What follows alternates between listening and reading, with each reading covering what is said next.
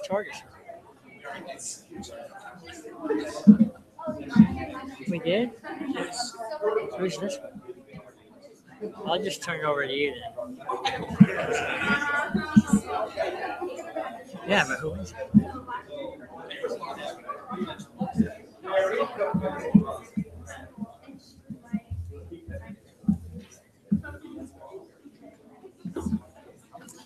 Good evening. Welcome to our city council meeting tonight.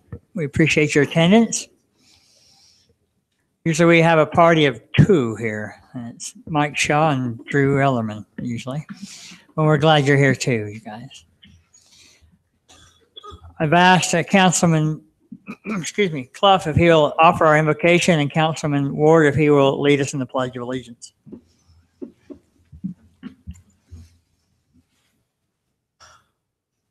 Dear Father, which art in heaven, we are grateful for this day, which we have to come and discuss the affairs of Washington City. We ask thee that we may always have open eyes and ears and hearts to the things that matter most, to the current needs of our citizens, and consider the needs of our children and those who are going to live beyond us. Help us that we may be always mindful and aware of those who are seeking to make our city better, and help us to be able to discuss and counsel together in a way which will do decisions and business which will benefit our city and the residents therein. We ask thee to have a special blessing upon this, the leadership of our country, that we will do those things that will represent our nation proudly and in a way which we may foster unity and share friendship with the world around us. We're thankful again, Father, for the blessings of this free land. Bless us that we will take our responsibilities and liberties seriously, that we may increase freedom in the world. And we say these things in the name of thy Son, Jesus Christ. Amen. Amen. Amen. Thank you. I pledge allegiance to the flag of the United States of America and to the republic for which it stands, one nation under God, indivisible, with liberty and justice for all. Thank you, gentlemen. Appreciate that. We'll move on to item 2, announcements. We have a presentation tonight. We instituted a What We're Made Of video. We highlight residents of our city and their accomplishments and some of the things that they do and that we may not know about. So we have that presentation. Yeah, Mayor, thank you. Again, this has turned out to be such a fun project for us. And this evening we recognized one of our residents, Lauren Lau. I hope I say that right. He's back there with Mr. Blake, and you'll get to know a little bit more about him here in a second. We'll let Steve run this.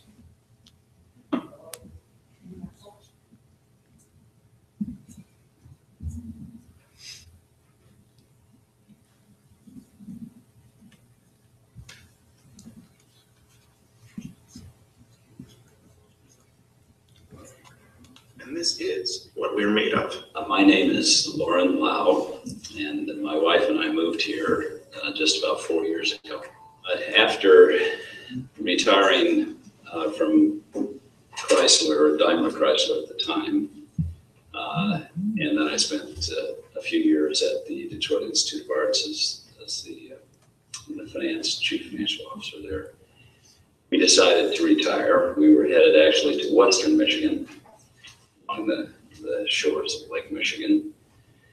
But the one disadvantage of Western Michigan is that there's more winter. You get the lake effect snow coming across. So it's colder and more snow. And there was plenty of winter in Detroit. So just made the decision that Southwest would be a great place. And the wonderful thing about Washington, as we looked around the area, Washington has a wonderful combination of a small community, but with the growth that has occurred and so forth, and people have moved in, there's a wonderful mix of the kind of the old pioneer heritage and then people coming in from all over. Another reason we moved to Washington was the national parks are an attraction. So you don't get a lot of people coming to visit Detroit as a tourist attraction. Having worked as an executive Executive Chrysler. If you could list maybe 3 things that you've learned there that you felt maybe were beneficial to the people in their lives.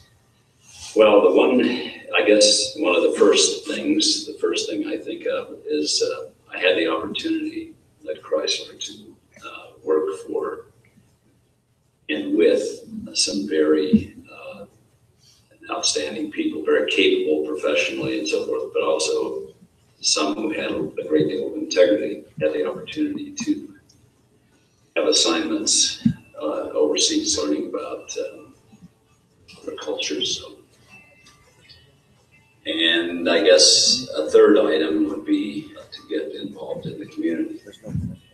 So again, sometimes big corporations are seen as not being too interested in the welfare. It's going after the mighty dollar, the profit. But we had the opportunity actually to have some wonderful experiences in the community, and I think making a difference in some cases. I think that the one thing one learns very quickly about service is we virtually always receive more than we give. And I think as I look back over my life, and also particularly in my career, some of the projects that we're involved in, they're some of the most meaningful experiences and some of the most rich memories that I think that we have.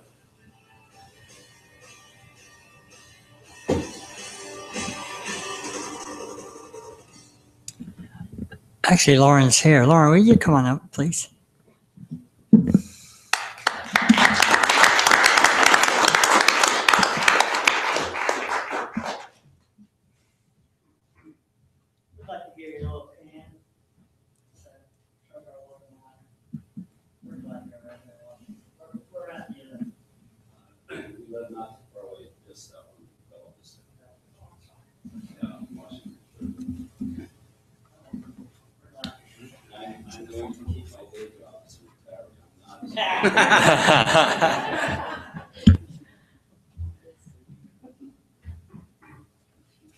Thank you. Thanks, Lauren. I did overlook one item. Item number 1, to approve the agenda. I got so excited to watch that video, I just lost it. Mayor, I'll make a motion that we approve the agenda as outlined. I have a motion and a second. Thank you. Ward, aye. Clough, aye. Granger, aye. Bellis and I. We need to excuse Councilman Turek. He had some surgery done yesterday, had his hip replaced. Doing well. Going home tonight, correct? He's going to run the marathon in October. He might, you never know. Move on to item 3, declaration of abstentions and conflicts. Any to declare at this time, Council? Okay, we'll move on to the consent agenda. To approve an alcohol license and the renewal of an alcohol license for off-premise licenses for the Freeway Chevron. Roger, will you remind me how long that lasts, these licenses?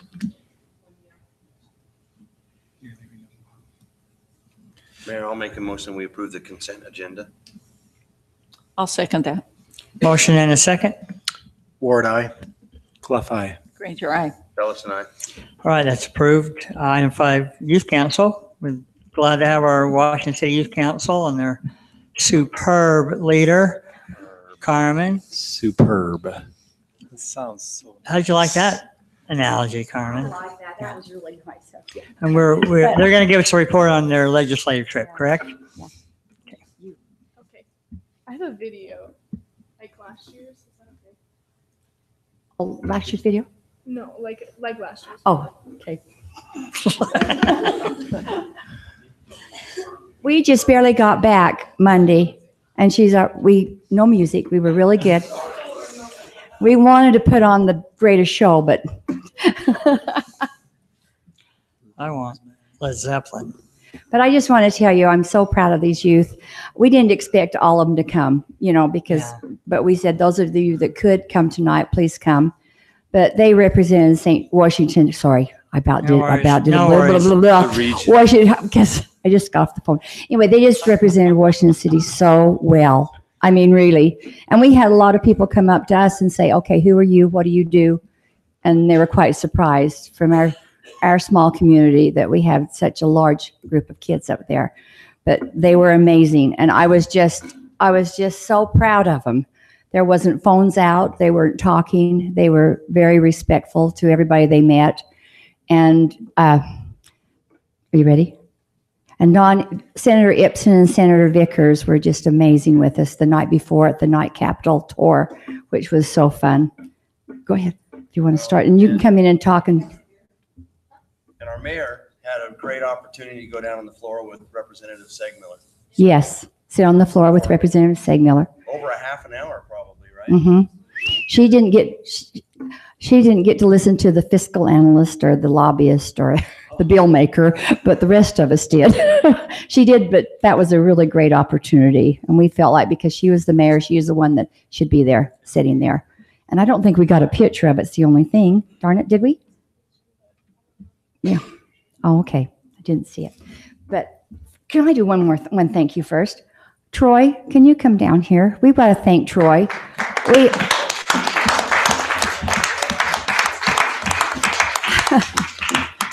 You know, we've worked with Troy for the past 2 years, and we've been so honored, and he has been so good and so supportive of us and everything we do. So we kind of put a little book together of some of the things you maybe shouldn't show. No, I'm teasing.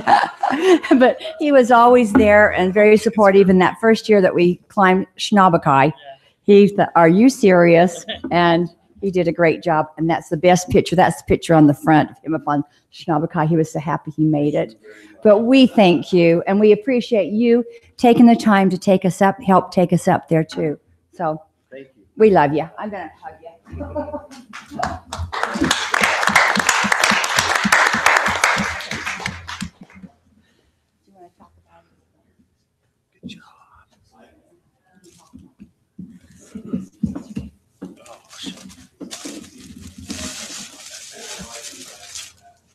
Not receiving? We weren't going to take very long. You're all right. What else shall I talk about? No, you're okay. No, we're really tickled. There's a lot of bills out there that really need to be followed. I'm just telling you that. But I was thrilled when the new representative emailed me and asked me to be on his legislative council. Okay. So really? to keep him on top of some of the bills that are coming through. Because right now, the last is maybe now, 8 days left? The first few days, they passed 100 bills. Now they're going to pass 400 bills in these last few days. And things are going to come through that they're not even going to have a chance to, only what their intern tells them what it is. I know, it's scary, isn't it? So I was glad when he said, is it picking up no signal? Okay, we met. Come on, tell them what we did.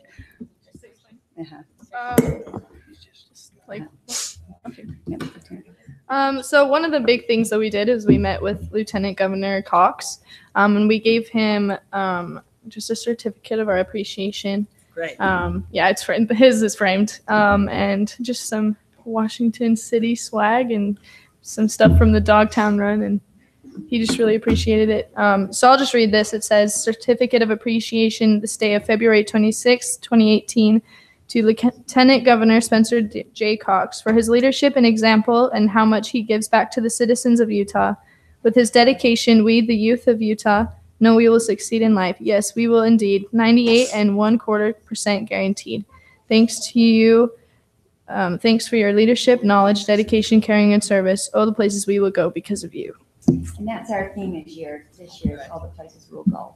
So, and we also gave him a little suitcase, the commemorative gold coin of Washington City. So that was going. Oh, These are just a few pictures. Yeah. Do you want to explain it? I mean, they're all out of order. Yeah. That was the trip up in the snowstorm. It's coming on. Oh, Hey, there we go. Back on campus. This is the night tour. Devin Vickers and Grace Walton. She was the intern for Senator Ipsen, and she's who I worked with. I sent her an agenda, and she helped fill that agenda. Yeah. That's Lou.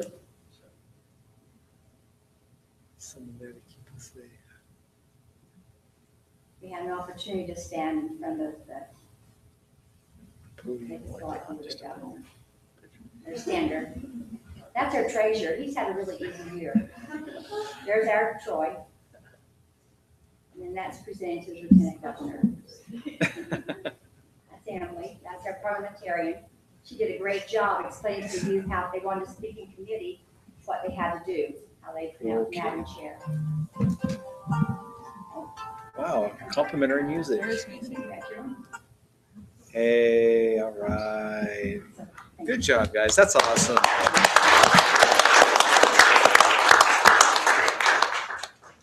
We want to thank you for your support. We really do appreciate it. And I want you to know that the Covington Mansion, we have tours there every Tuesday from 11 to 3 with some beautiful ladies from the area. But we also do a lot of private tours that are live tours of actually acting the part. And we do at least 3 of those a month. So Wow, that's great. and the people are very excited. We get a lot from the Utah pioneers that come through.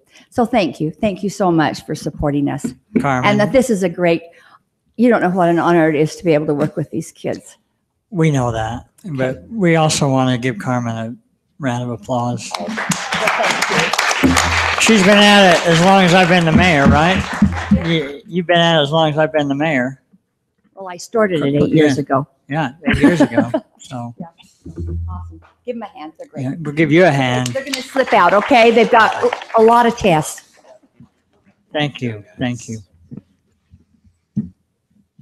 Move on to item 6, special events. Consideration to approve a special event for the Southern Utah Half Marathon to be held on April 14th. Applicant Stephen Hooper, REO Mountain Running Events. There you are, Hooper.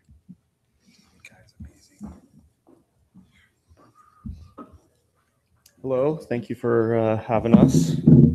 So this is, I believe, the 5th year of the Southern Utah Half Yeah. Marathon. Everything's the same as it has been in years past. We're starting up there at Highland Park, 7 a.m. on April 14th. We come down Highland Park down to Telegraph. Chief Keith has some of his gentlemen up there at the intersection as we cross over the road to stop traffic, and then the roads quickly open back up. Then we proceed down on the shoulder, down Telegraph to Hell's Canyon, I guess is what we're calling it, and then down to the river trail, and then the river trail all the way down to Bloomington Park into St. George.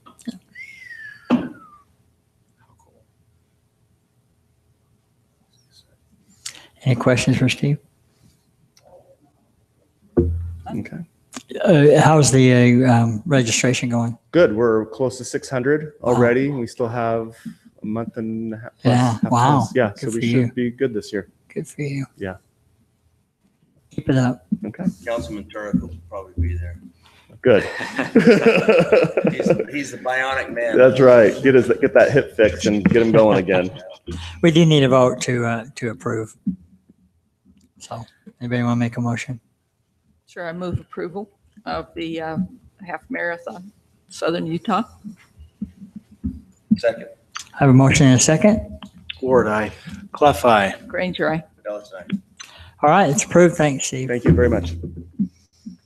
Item B, consideration to approve a special event for the Alexis Viejas wedding to be held on October 15th at Nyson Park. Did I say that right? Is she here?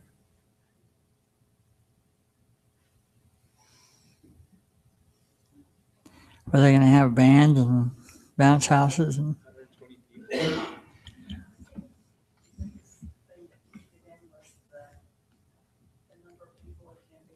That's impressive. I mean, from 3 to 8 o'clock, 120 people with an altar, chairs, and light decorations.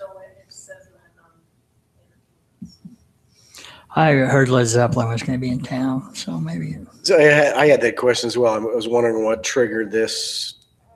It's necessity number to of come people. before the council. It's the number of people. What would be the floor of that? Where does it? Where's the number?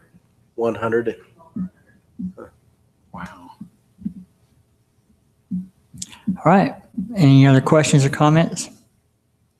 It's Mayor, I'll go ahead and make a motion. We approve a special event for the Alexis Villegas wedding to be held on October 15th at the Nyson Park. Second. I have a motion and a second. Ward, aye. Clough, aye. Granger, aye. Ellis and I. All right, that's approved also. Let them know. I'm assuming she's getting married. It's Alexis getting married. All right, Ben? Is that Alexis getting married? Okay.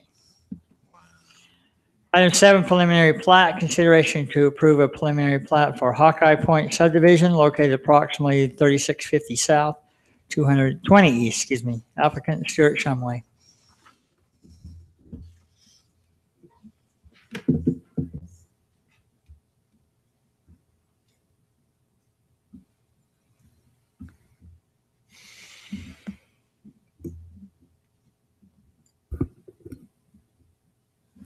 Thank you, Mayor. As stated, the applicants request an approval of a preliminary plat for Hawkeye Point subdivision. They're proposing 50 lots and the area coverage is 18.257 acres. The zoning at this particular location is the single-family residential 12,000 square foot minimum, or referred to as the R112. The surrounding zoning to this particular proposal is R115 to the east, residential agricultural 1 acre, with the bonus density to the south, which is the Treasure Valley development. RA2, which is 2 acre residential agricultural, and the agricultural 20 acre to the west. And last but not least to the north is again agricultural 20 acre minimum. The preliminary plat approval request is in follow-up to the recently approved R112 zoning of this parcel.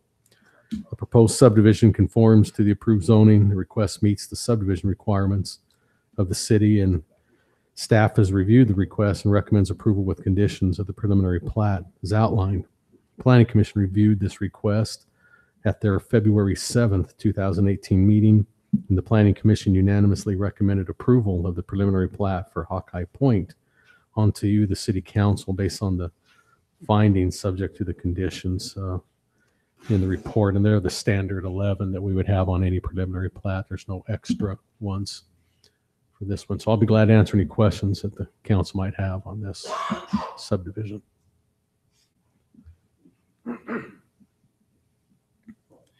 Just my observation, this is very unique. Obviously, it's pretty close to, comparable densities to the east, but something right next to agriculture on the south and on to the north, and then RA2 to the west. It seems like we have some pretty unique dynamics happening within the neighboring densities.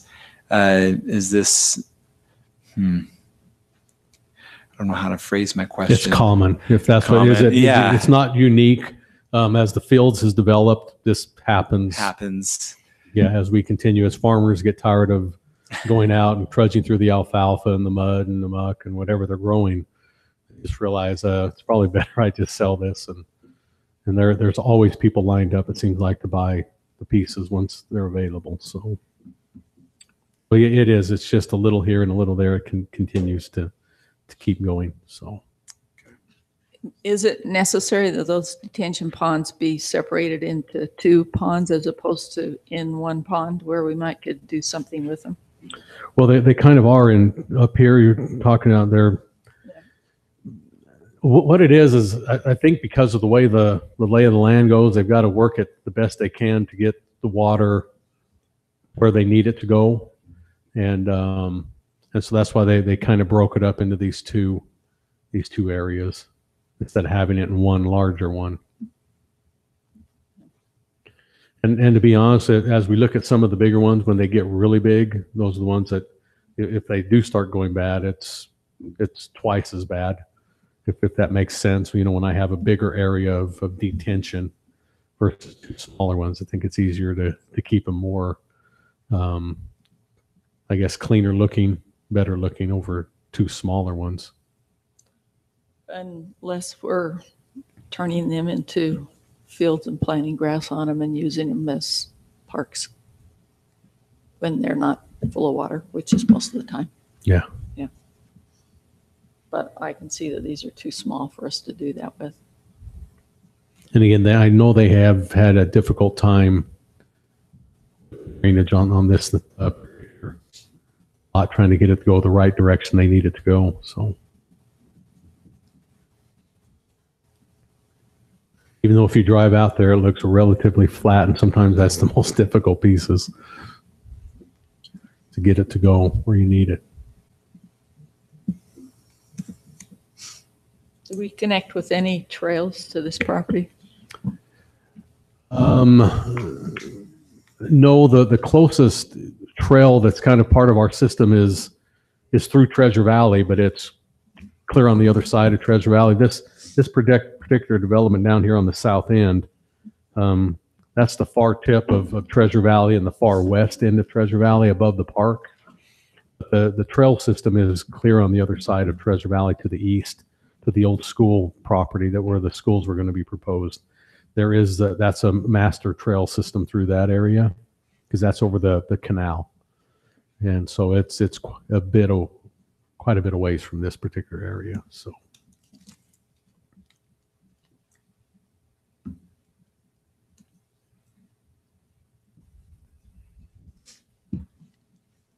Any other questions? Go ahead. The only comment that I had, and it probably screws up too many lots to do it, but I'd rather see that entry at Hink Drive tie through to 3830 instead of going all the way up or down. Hink Drive is where it turns in off 20 East. Seems to me that it would be where it comes out that west side at 3830 South.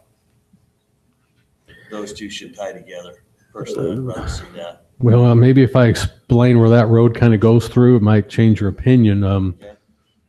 That's owned by the LDS Church, and it's a proposed probably building site for a 3-ward chapel. The two on those two. It'll run right. Yeah, it runs right through that piece, and so we're just having it tie up with the road with 3830 that goes through this particular subdivision, Cambridge Cove. But both these will kind of turn in, to church that is built at a future date. So probably there'll be good access points for the people into the parking. Okay. So yeah, we looked that over. Then we realized who owned that and what the plan for it is. Okay.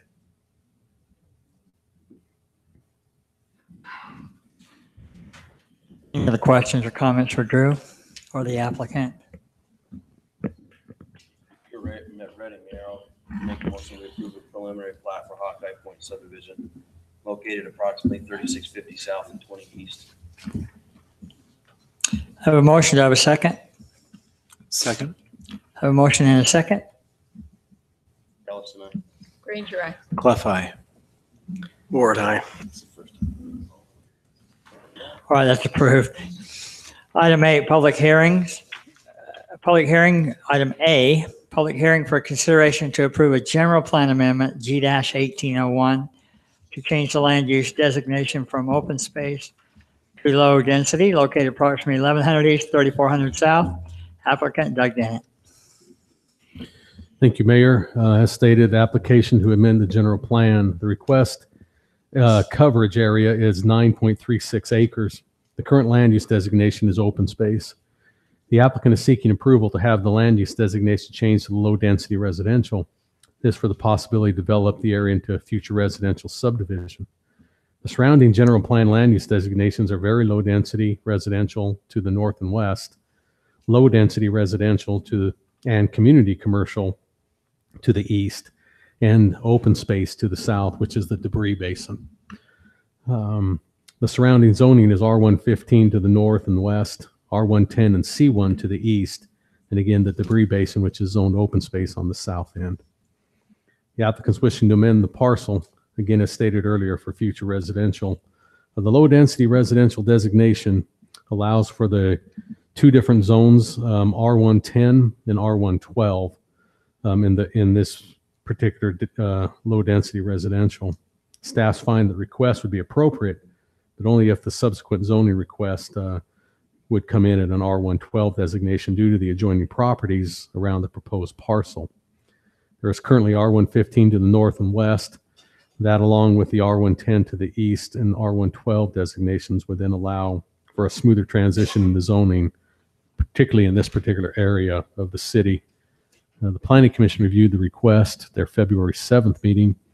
They unanimously recommended approval for the proposed G-18-01 to amend the general plan land use map as outlined above and shown in your exhibit.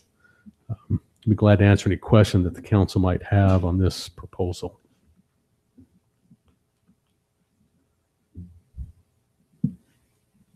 Just as a point of learning, is it common when we're designating an area for its new zone change to not have any form of like proposal of roads? It looks like I see a future 50-foot public road or whatever. Is it common to just don't even worry about accesses into this stuff? At this time, no, we're just trying to get them to where they can, and sometimes even at the zoning stage, we won't really look at that. Okay. We just, does it, fit in the general plan? And because of the properties on each side of them, each one of these is in the last probably year and a half come in for a general plan amendment. This is the third of the three pieces out there that's coming in. So yeah, we know we're going to have 3650 on the south end. That's going to be a major road. And then we just let them in their subdivision make sure. And the subdivision above has already got a stub road coming into it. You can kind of see that faintly. That future public road is part of that subdivision on the left-hand side. And we don't have one yet on these two parcels to the east, but they haven't brought any preliminary plats in yet. So we pretty much make them tie all the roads together. So we have what we call circulation in the city. It's very important so we can get people around plus emergency services. So I hope that helps answer. But yeah, at this time, we just make sure that they've got legal access to the property. And that's all we worry about in a general plan amendment, for the most part at this time. Thanks for the clarification. You're welcome. Did they consider a PUD?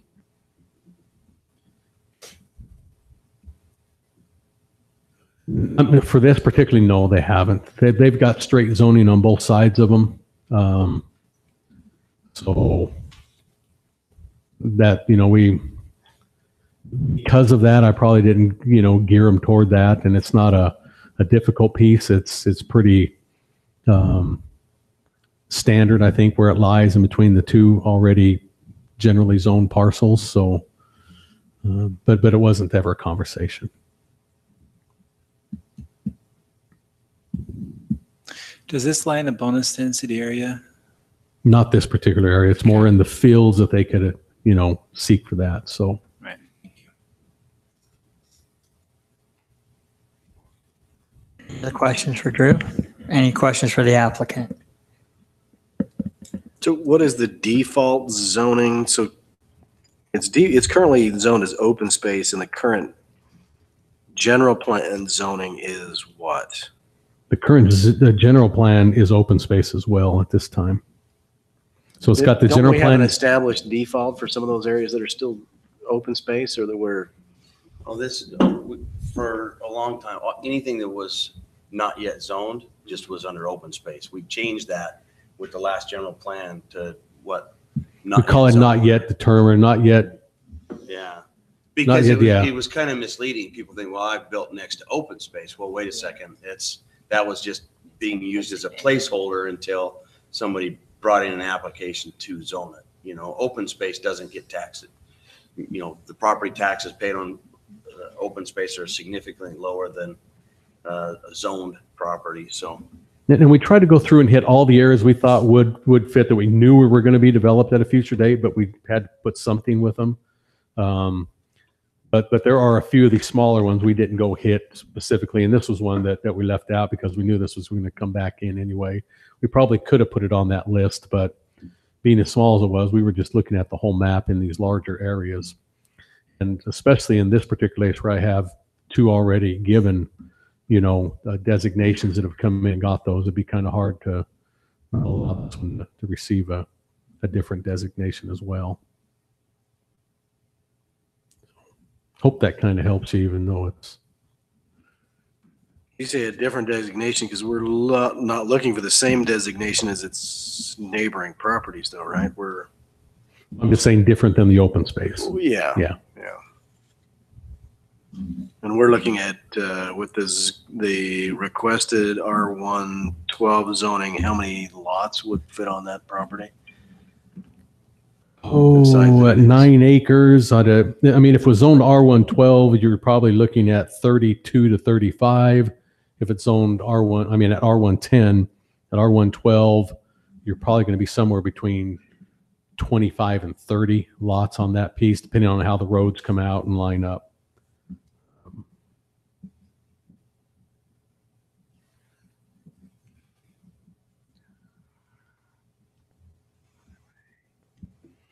Yeah, just to give you an idea here, the gray area is the open space. That yellow area is low density, I mean, medium density.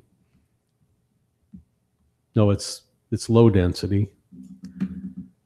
The kind of opaque skin colored is the very low density. And then that pink color is a community commercial, because that is going to be a major road. And then we're starting to get over towards you can see Highway 7 sitting there, the southern corridor. So we kind of have put this particular area in more of a commercial designation. So Yeah, sorry. I was trying to follow along the same with you, but my device keeps resetting. Will you zoom out on that just so I can get it? yeah, sorry, I was in No, you're I'm good. trying to I got to take the zoning off, and that's what I had in there. That's why I was a little bit. Yeah, so that light green is very low density.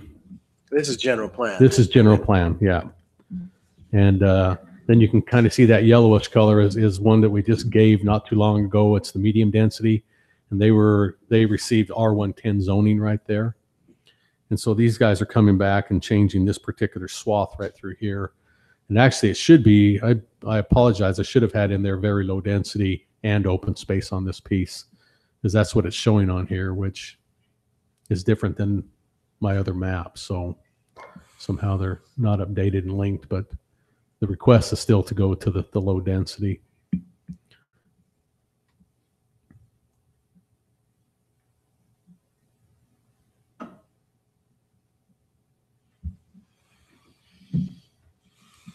Well, the discussion of last night's planning meeting is still ringing in my ears about, trying to make some benefits to some of these, zoning trades, and I don't have it settled in my brain enough to even come up with the term correctly. But, yes, thank you. Yeah, this piece Councilwoman isn't. Gramer's ahead of me again. That's great. Yeah, this piece is probably too small. When you're doing your transfer densities, you want some Yeah. bigger areas for sure. Well, but the problem is, you gotta start someplace, and there wouldn't be a way to transfer density on a parcel this small. I'm not, this is just kind of right in front of us, but as I'm pondering through that, I don't know. Probably talking somewhere around 26 homes, Yeah.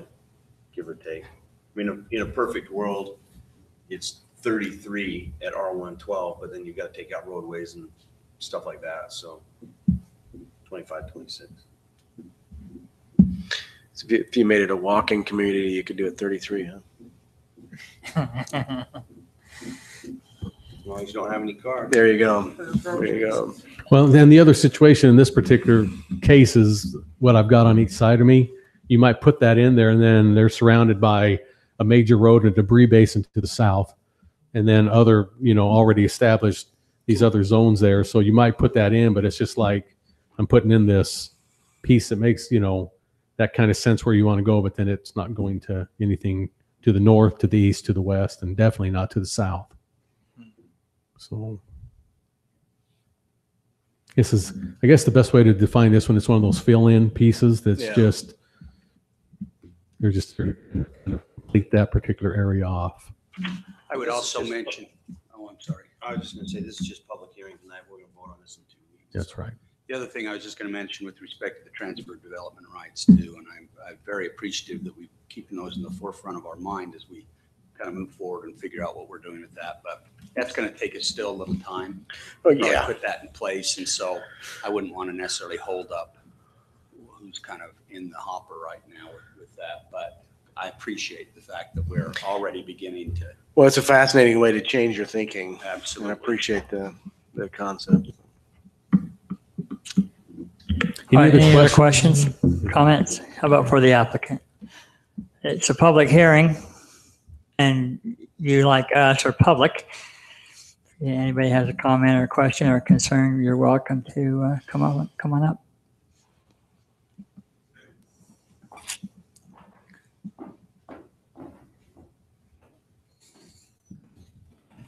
Hi, I'm Doug Dennett, applicant. We took a look at this piece, and I guess what roads is that? That main road that goes through there's a 3650. So that's a big part of what we're going to have to put in. I think, was it you or one of you had a question on it? Yeah. So anyway, we know that's going to be a big portion. I mean, it's quite expensive. There's going to be a big culvert that has to go in and stuff. So we were barely able to make the numbers work. We were thinking about going to R10, and then they just said the way it's set up, if I remember right, there was R15 and then there was an R10. So we just kind of went with what they asked, was R12. So it kind of cut a few lots out, but it's still barely. So when you say the way that they asked, the stat, maybe Drew and the stat, Okay. is that correct? Drew? Yeah. So we just kind of asked what they recommended to. We met prior to doing our due diligence and everything, and that was part of what we discovered. So we think it fits really good with kind of the layout, and that's how it was described to us, of how to kind of lay it out. So we did that, and then they also made us understand that big road would have to go in, and that was a big cost that we'd have to put in. Something about a big culvert, right? Drew, or do you know much about? I think there's a big wash or something that goes. There's quite a few washes too. If you go out there, you can. Yeah. That vehicle that can get around this one. They have been a challenge that way. Yep. And then we tested the soils and stuff. But I think if you go out there, aren't they moving? I don't know if you've been out there, but aren't they moving some dirt and doing it right next to it? There's a road. Is it that road? Right? What are the soils out there? You got a lot of gypsum? No, there was some. The soils guy's actually right here, but he might can answer more than I could on that. But they're doing the project right by it. But where that road's stubbed, they're developing all that, which actually opens the access for this piece. And so without that going in, it would have been really hard for us to put this piece in. But it's kind of all going in together. So, and then we're just following what they kind of recommended. Yeah, I think there was 23 lots. The other portion. That opens up. We're going to have to figure secondary access too. Because if it's all coming off of that Novus Drive, right? Well, Noble Drive. 3650 will have to be in. Well, that's what I say. 3650 is not in. Yeah, we won't be able to do much here until these guys, but they're already on their way. Yeah, How many lots are in that subdivision? There's, I think 25 or 27 in Chesterview. Which means that you're going to have, we've always typically stuck to 30. You're going to have just shy of 30. They're going to snub a road over to these guys. So I'll have Noble Drive and 3650. When is 3650 going to be completed? Well, that's what they have to put in right here. Well, I understand that. but We're that's- just that's connecting. right there, but 3650s, there's other property owners that it needs to be developed out too, right?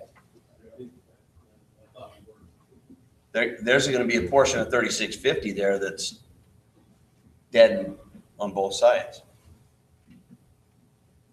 I'm just bringing it up because it's going to be an issue when the preliminary plats and the actual construction comes down.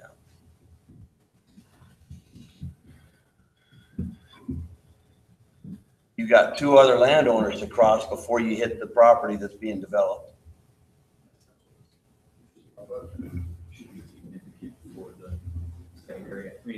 For secondary emergency access.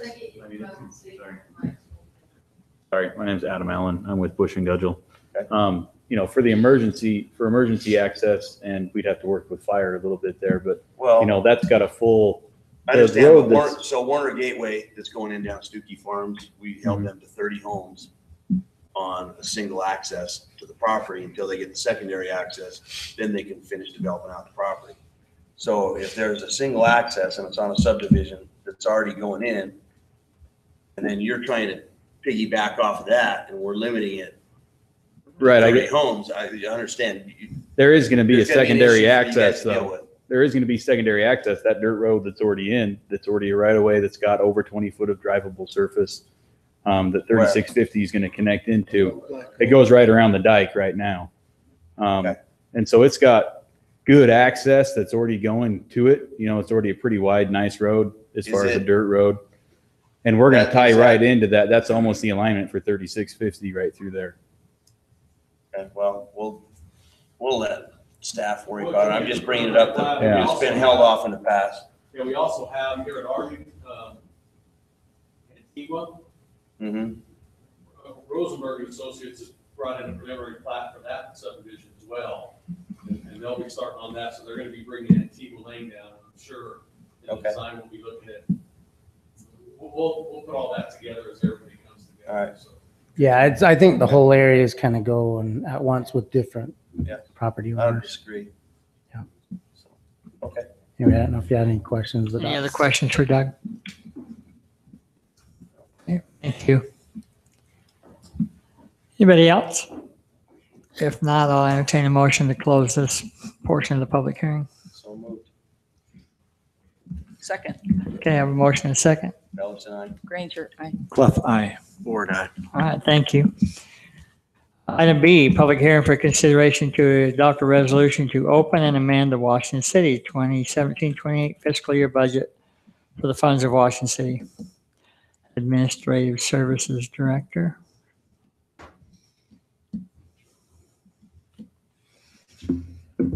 Mayor and Council, we spent quite some time last night kind of reviewing the details of this proposed budget opening. What we've got for the public hearing tonight is we're amending the city's budget. The original budget was $55,713,948, and the amendment to the budget that's being proposed is to bring it up to $57,846,206 to be able to account for increased revenues that we're anticipating for the year. And then unless you have any additional questions to cover for me tonight, then I appreciate very much, Kimberly, the depth and the skill which you were able to answer our questions to help us understand the concept of how we measure and see flow of money within a governmental institution compared to a business. I feel very confident in the numbers you presented to us. Thank you. Any no other questions for Kimberly? Again, it's a public hearing. If you're interested in our budget at all.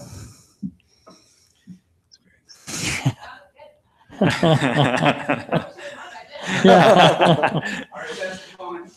Yeah. I see nobody clamoring to the microphone, so I'll entertain a motion to close that public hearing. So moved, Mayor, that we close the public hearing for the budget. Thank you. Second. I have a motion and a second. Ward, aye. Clough, aye. Granger, aye, with appreciation. Thank you, Kimberly. You're always able to answer every question. Ellison, aye. All right, thank you.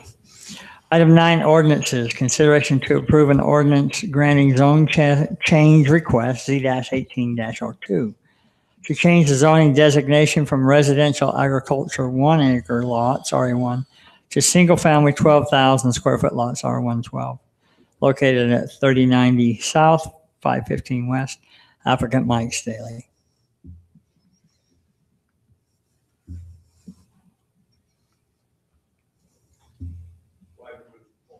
Councilman Ward, here's a classic example of in the future where that concept we talked about could work. Yeah, it's always the frustration that that future is getting away from us. Yeah. Speaking of the future, we just finished our 2-week holdover.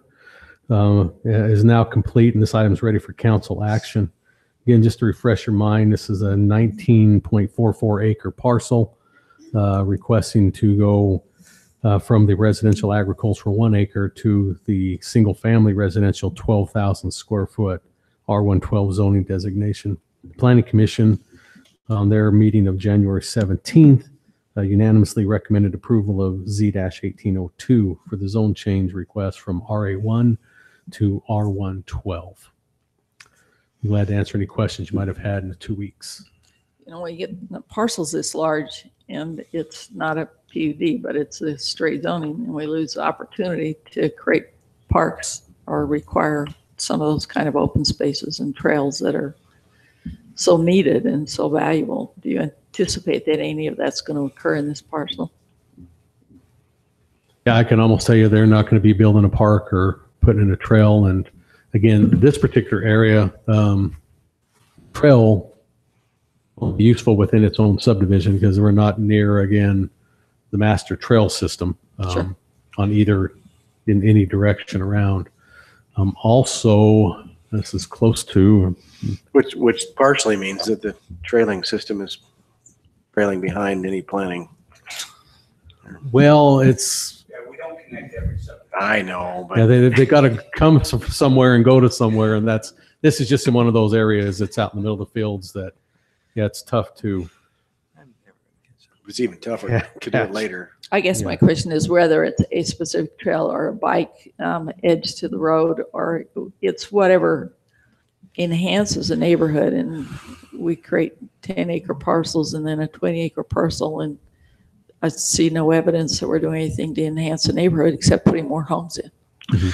I do have a question within this. Within the developer moving to develop this property, obviously, I would second a concern I have in this with it being so close to a school, any discussion to really consider options outside of what's considered in the zoning. Like, point of question, say the applicant comes through and learns more about our bonus density, not our bonus density, but the PUD? No. Transfer Oh, development transfer rights, we development. start to discuss with them, because this was brought up as this is a prime example of a transfer of development rights scenario. Roger, how far are we away from making that any type of a discussion of true application with anyone who comes before us as a council? Well, I'm very impressed with the with the excitement of the council on this. So we rarely see this. There's certainly, as was brought up last night by, I believe, Councilman Ward and others, that we would need to have some time, and we would do that in conjunction with the council to evaluate some sending and receiving areas. And then there is an ordinance that we would have to pass associated with the state statute on that as well. So there'd be some posting with respect to that. But I would say, to answer your question, we're probably, and I always try to be really reasonable with this because, again, we got other things going on at the same time, probably 3-4 months through the process. Only because we have so many other things going on too. We've got planning issues that we work with the planning commission on and those type of things. So I think we'll, pulse it along as quick as possible, but realistically, I think that'll be the quickest. Within that being said, would it, is that this is a proper thing to do? I'm learning what we can't do, should or should not consider. With the owner being in such a very important area to us, both in neighboring a school and a lot of stuff going off of Merrill Road, would it be proper to invite the developer into a discussion and probably of our workshop and say, this is something we're considering.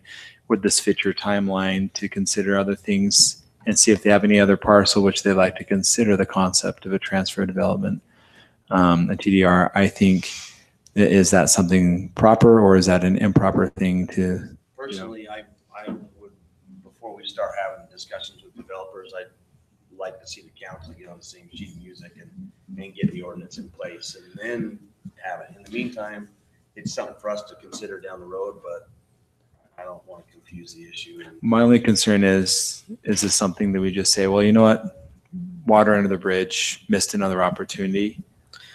Well, I guess my mind is going to the different location, which is when do you start establishing a policy, which is zone changes.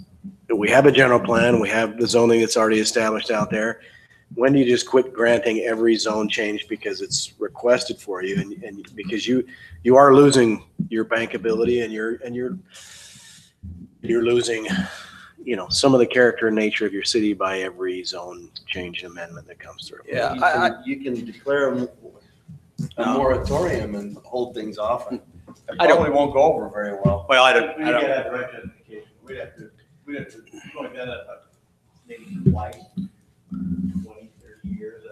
Well, you're not denying the property to be built. You're just not allowing for, you're just being very careful about when you're allowing for zone changes.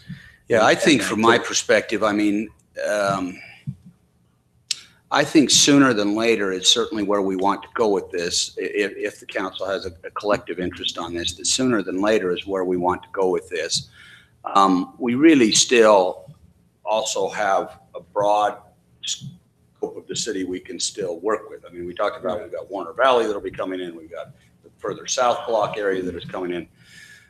I do agree with this sense, and that is that I think we need to move this along, but not feel so hasty in it that we need to stop anybody who is in the process right now. I don't think that would be detrimental to us. And we've always been a group that has kind of recognized that request for that private property request. And I certainly wouldn't support a temporary ordinance or even if a moratorium was acceptable. I don't think that's necessary. I think that we can move this along quickly enough. And yes, there'll still be a few that kind of are already in the hopper, but I don't think it's dire on us. Right. I think we could survive.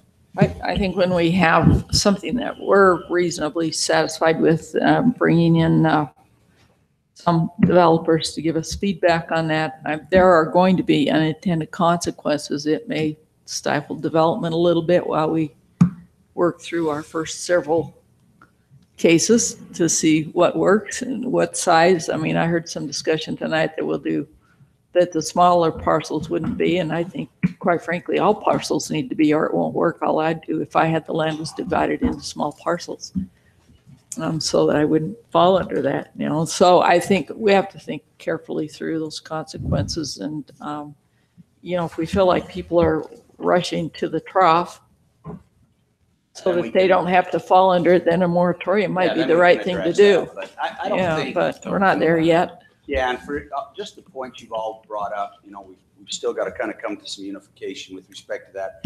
I don't necessarily disagree, Councilman Clough, that when we get to the point where the council is very comfortable with their process of really just talking to developers with respect to their reception and their input on it as well. I think, again, I wished y'all got excited about everything I visited with you about, as excited as you got about this for last night.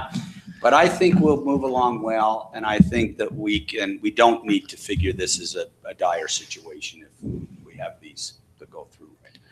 Well, I really look forward to discussing the concept of this more to where we understand it as a council.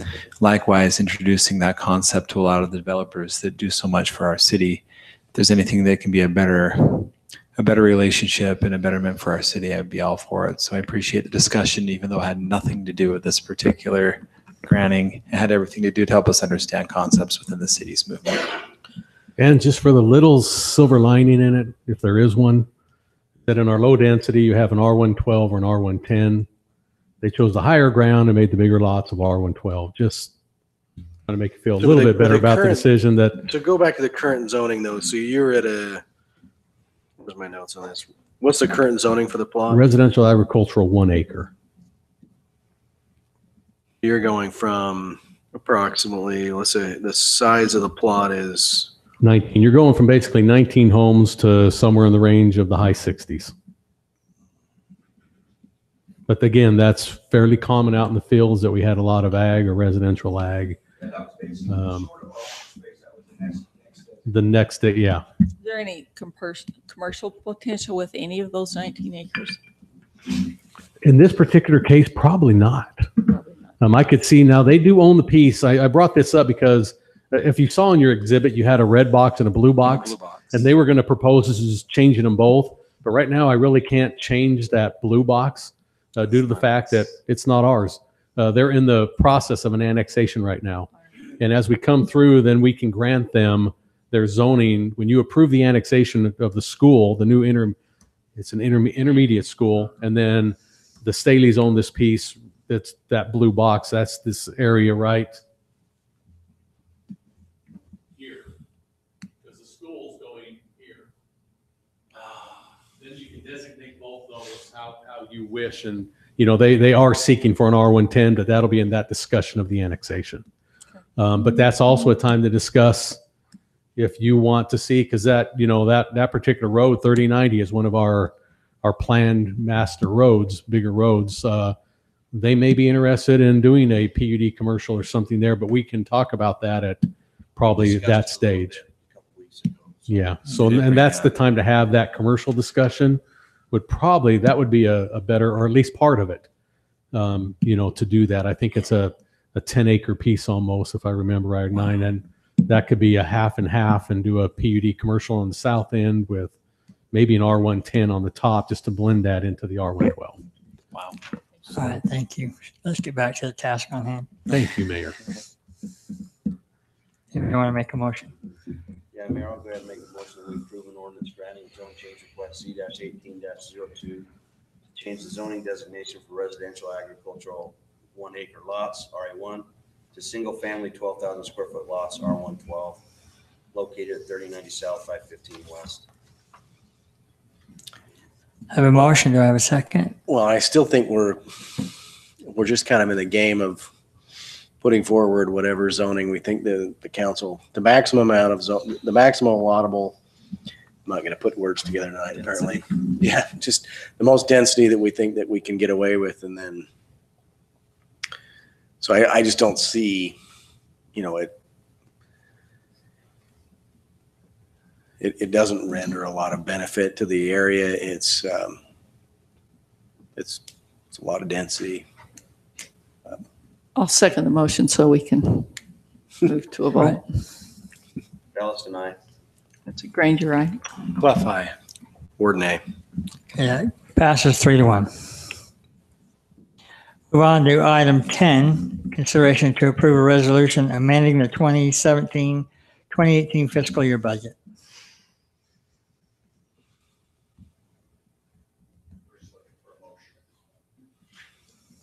I move approval of the amendment of the 2018 fiscal year budget.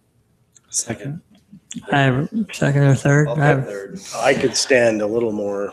I've spent some time with this and gone through it. I personally could stand a little more time. I don't know that we're in a hurry to close it. I have a motion and a second. I have a motion and a second. Dallas and I would like to hear if there are any specific concerns by Councilman Ward. Sure. Any specific? It's the budget. It's one of our biggest tools. It's one of our biggest responsibilities. You know, we got this late, and I've spent a lot of time with it, but familiarity with what we're doing and what we're spending, that feels like that's a weight that weighs on me heavily. Not that I don't have specific concerns, that something that leaps out at me and haunts me through my sleep. But because it's a mid-year budget, not our final or our preliminary, I vote aye. I appreciate Kimberly Roosh explaining that we could ask for additional time if that felt necessary. There wasn't any rush. That being considered, I've looked over this a little bit last night after our meeting and also talking here in the council given by Councilman Granger. I feel that we still have time to amend things and talk about things in a more weightier matter. I would be okay saying aye on this particular stage of the budget. I think you're the okay. Doug, you're last. Well, I don't have any specific concerns about it, so we had some good presentation. Ward, aye. All right, thank you all. Item 11, amendment, preliminary plat conditions, consideration to amend or change a condition to the preliminary plat for Shooting Star subdivision regarding a geotechnical representative must be on site continuously during all grading and trenching operations as required in the geotech report. applicant GTS.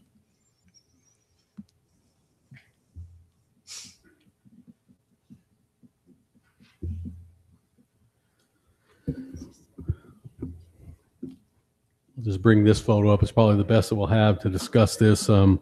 Basically, I was contacted several weeks ago by GTS, who's the geotech on this particular Shooting Star project. They're asking that they'd like to have relief on the requirement that was given of having a geotech engineer on site during all grading with the conditions. And I said, well, I don't have the authority, nor does any other staff member, to take away a approved condition by the city council. That would have to be done by the city council. But I told them before I even ventured to even go there or have you go there that we need to get with the Hillside Committee, that is the one who actually imposed that request way back in the beginning before this project even got started. Was it Hillside Committee that imposed it? Because it's part of the soils report. Well, that's why it was in the soils report, because the Hillside Committee put that in. They were the one who originally started it. So before we even let them come for zoning and all that, I just felt, this particular size of a project, it was important we got the Hillside Board on first and foremost, way back, and I can't remember how long ago it was. It's been so long, and got all their recommendations that then we would know what we're dealing with as we design the project out. So it basically did come from the Hillside Committee originally. Also, Public Works was involved in those meetings. That we all kind of are part of that committee, not official members, but we all meet as we look at these projects over. And I think Lester was involved at that time with it, myself and all the members of the Hillside, and then the applicants. So with that, we're here that they are requesting, then I'm going to turn the time over because I don't have a dog in the fight on this particular one, but just to get the council, for your report, is the applicants just seeking to have the amendment, the condition number 12 amended. Now, we did pull the Hillside Board Committee together a couple weeks ago. The applicant was able to present their case to them. They deliberated, I think it was about an hour plus meeting. Of course, those folks are engineers. There's a geotech that's on the board and 2 engineers. And so they were able to listen to and weigh out the proposal from GTS. And with that, I did write in there what their motion was at the end of their meeting. And so the Hillside Board stated this, that condition 12 could be changed from must be on site continuously to the geotech to be on site at their discretion for grading operations where slopes are less than 25%. That during mass grading, when 1 or 2 feet of fill is required to bring the lots to a finished grade, and then last part of that motion, and during the installation of the public works improvements. However, in areas where slopes are greater than 25% dominant, full-time observation would be required. And so that was the motion that the Hillside Board made on this particular request. Now, you can accept that as a council or not. That's at your discretion to do. And so that's what's before you tonight. Is we have gone to the Hillside. They've listened, and this was the exhibit that was given. And the particular areas in red, that's the must be. The white areas are those that could be at the discretion depending on how that grading is taking place. So are we in a situation here where we're trying to understand what the original intent of the founders is, or do we know what the reasons were they put these stipulations in there? Well, when they put them in, we did an on-site visit. Actually, we did 2 of them with that Hillside Board, and we walked the site, went up on it. They looked at all the contours, the deep crevices, the high points, put all that together. Some of them already knew the area from working with projects before that, with some of the developments that have happened below it. 2 of them were familiar with that area and the soils that were there. So with their knowledge and their expertise, they came up with that particular. It's soil and terrain or is it soil, terrain, and drainage? What do we? Yes, yes, and yes, yeah. It's all tied together with this particular thing, and the depth of those fills. We have had some issues with a few of the subdivisions that are a little bit east and south of this. Now, that's back before my time, but I understand it was during the boom time, and I think sometimes the people weren't really there to watch the fill happen, and and everybody was just so busy being everywhere that mistakes were made, and there's been a few issues there. We're not in a boom time right now. We are, but I'm just saying what happened originally is I think everybody learned from those mistakes of, Well, Yeah. Okay. Yeah, My struggle with this is there's so much fill and it's so deep and there's so much going on with it. We've got subdivisions all down that bench that have issues.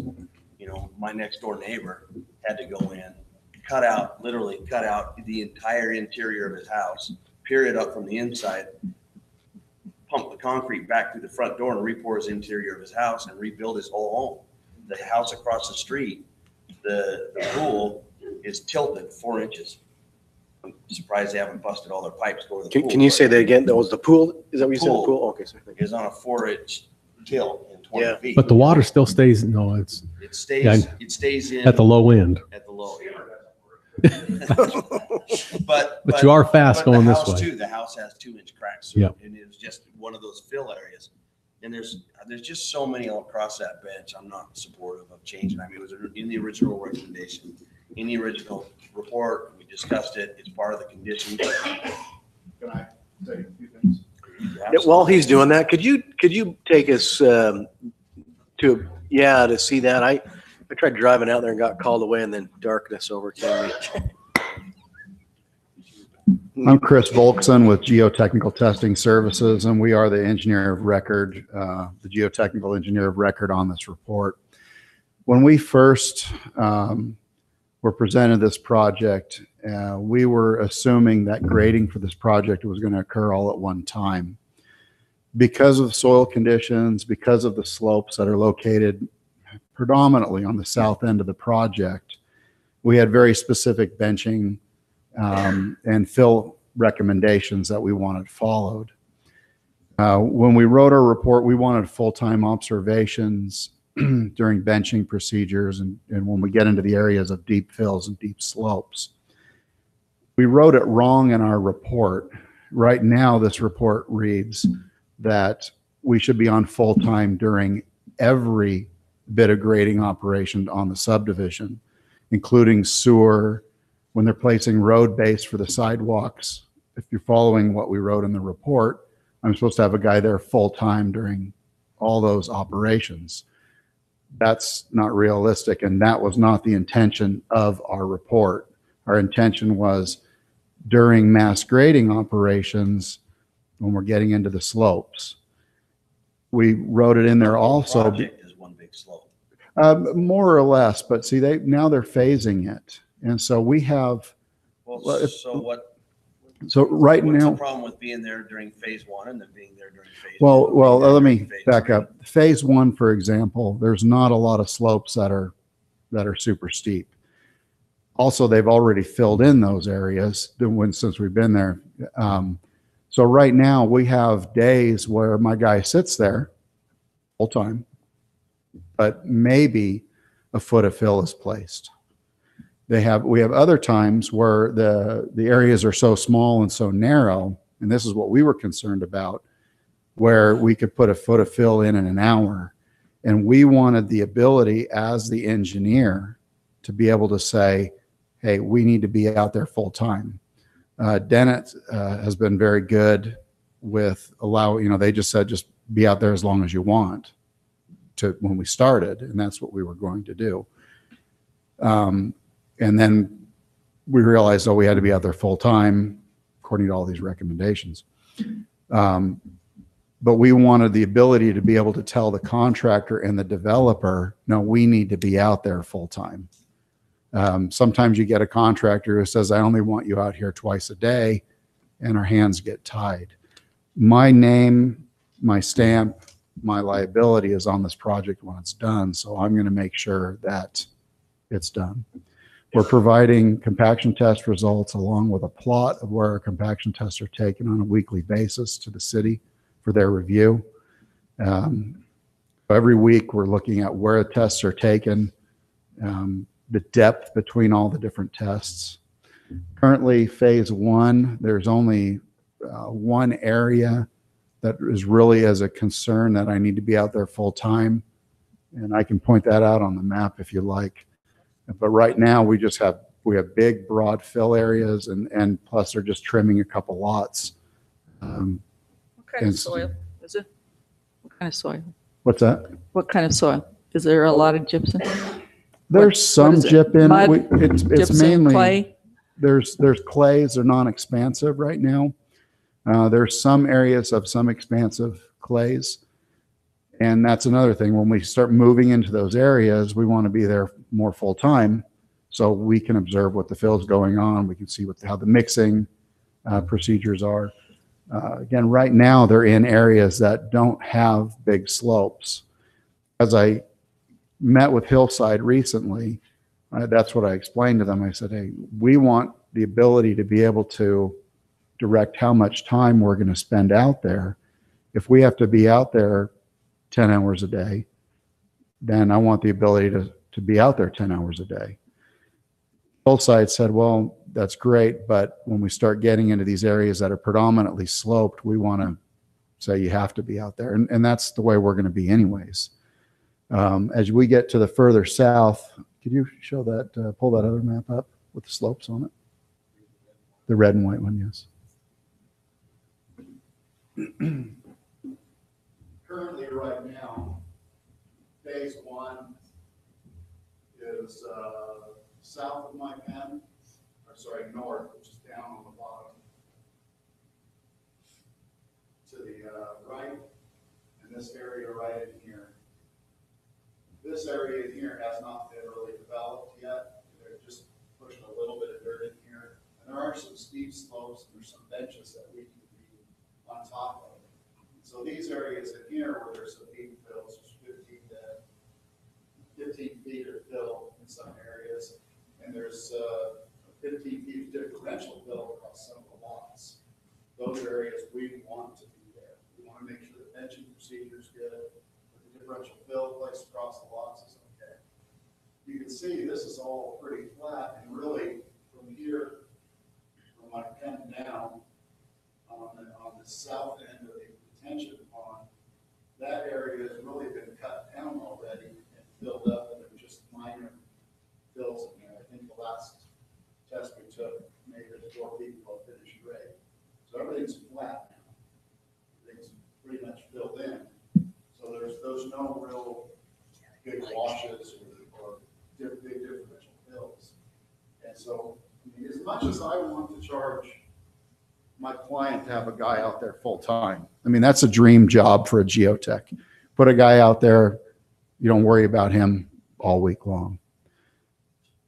I don't feel that it's right to be able to have somebody out there. And that was not the intention of our report. The intention of our report was, as we move south, and you can see it's all red, that's where we want to be out there full time. We have very narrow washes. We have very steep slopes. We're going to be cutting into those. Fills are going to go up extremely fast. I cut my teeth on a $45 million grading job in California, where we had extremely narrow washes, landslides, garbage fill. We had everything on that job. So I'm familiar with what happens when you get into narrow washes, and that was the intention of our report. You've got to be there full time. You've got to watch what's going on, because we do not want to have what happened out on some of the subdivisions that have had problems. The way this is written is pretty open-ended. So if you want to modify the condition that was placed or whatever, I'd rather see a plan that says we don't feel we should have to be here full-time on this, or we do on that, and we'll agree to the. And that was provided in city council, and it was via letter, which I sent to not city council, to Hillside. And, I don't and have Drew that in kind my of, packet. what's that? It's not in my packet. You had some conditions on there? You said it was was this not provided to council? I've got a copy of this letter here. I only have one copy, but it says, here's where we're going to be. The only letter I got is from GTS to Dennett Western States Ventures. And what was the date of that letter? January 24th. Okay, can I give you this letter here? Sure. Okay.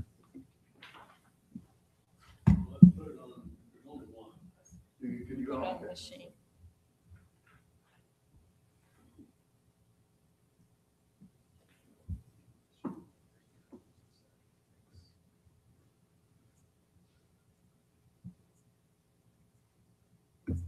So I was probably reading when you guys were talking about the red on this is all cut or it's all fill or what on the red and white map. It's slopes that are greater than 25%. And that's, you'll see this letter that I wrote to the Hillside Committee.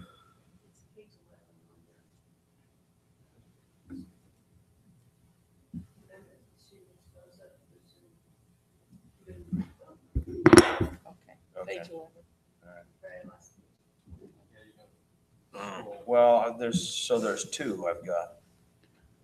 One's the memo from Brandon Wright. Starts out with a memo from Brandon Wright. What's the title on that? Amendment to conditions from Public Works. Okay.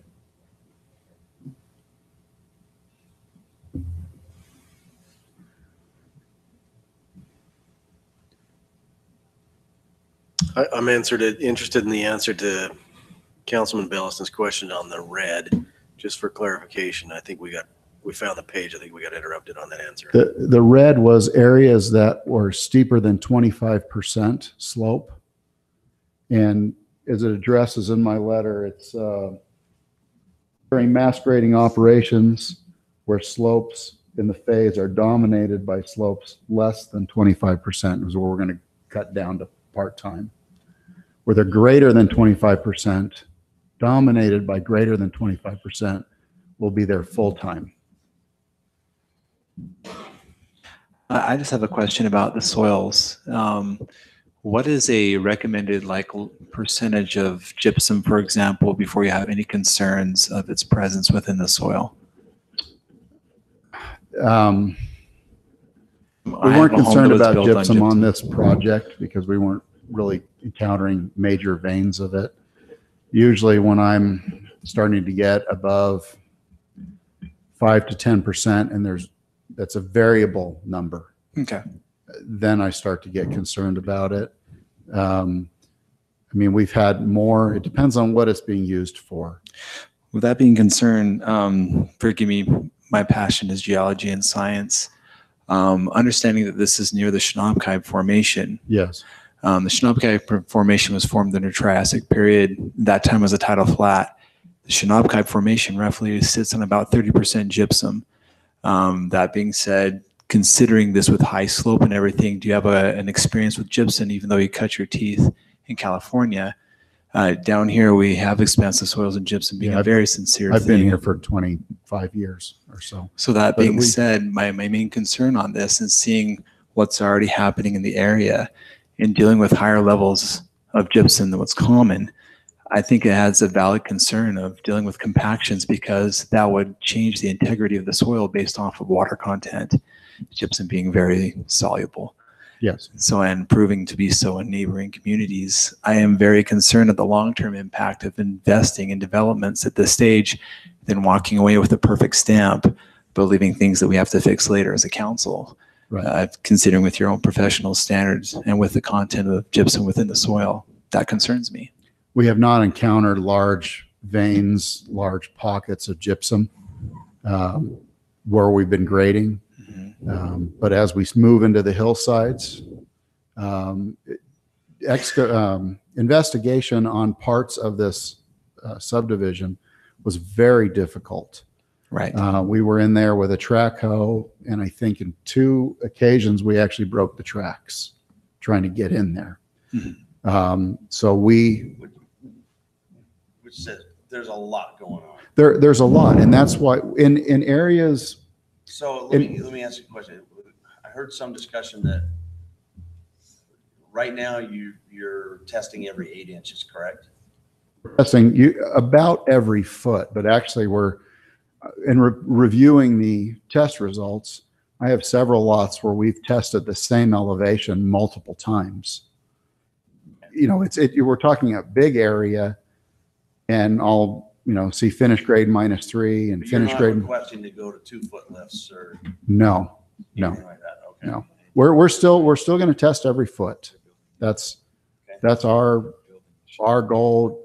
Dennett Construction knows that. His foreman and superintendents know that. We don't want to be on site away long enough where they're placing more than a foot.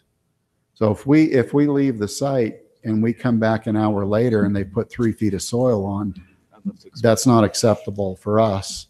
That's going to be bladed off so we can test every So foot. you said before that per your report, you have to sit there while they're placing road base. The way we wrote our report, which there was a mistake in it because we So- shouldn't have wrote it that way. I'm not comfortable with removing the condition on the mass grading, even slopes less than 25%. I mean, if that went down to less than 10% or something like that, but 25% still 24, 23, 22, 20, and those are steep grades. But if you're talking public works improvements, having somebody there that doesn't, I can see your point. It doesn't make sense to have somebody sitting there. If you're placing road base, I can see your point. It doesn't make sense to have somebody sitting there. It's the mass grading, it's the cuts and fills of the major. It's not the like you said, the finished trimming of lots. Yeah, once they're up, Big stuff is what matters on the hillside because there's a lot going on. once they're up and out of the washes, once they've built that pad up to where they're working 1 to 2 pads in width, that's when it starts, to me, getting less need to be out there because they have bigger areas to work, and they can work 3 house pads all day and maybe bring a foot up depending on how they're working them. And we've had that now where they're working little areas and they're trying to clean out an area. So they're cleaning that out, and that takes some of their equipment, and the other equipment's just putting a little bit of fill on a couple lots.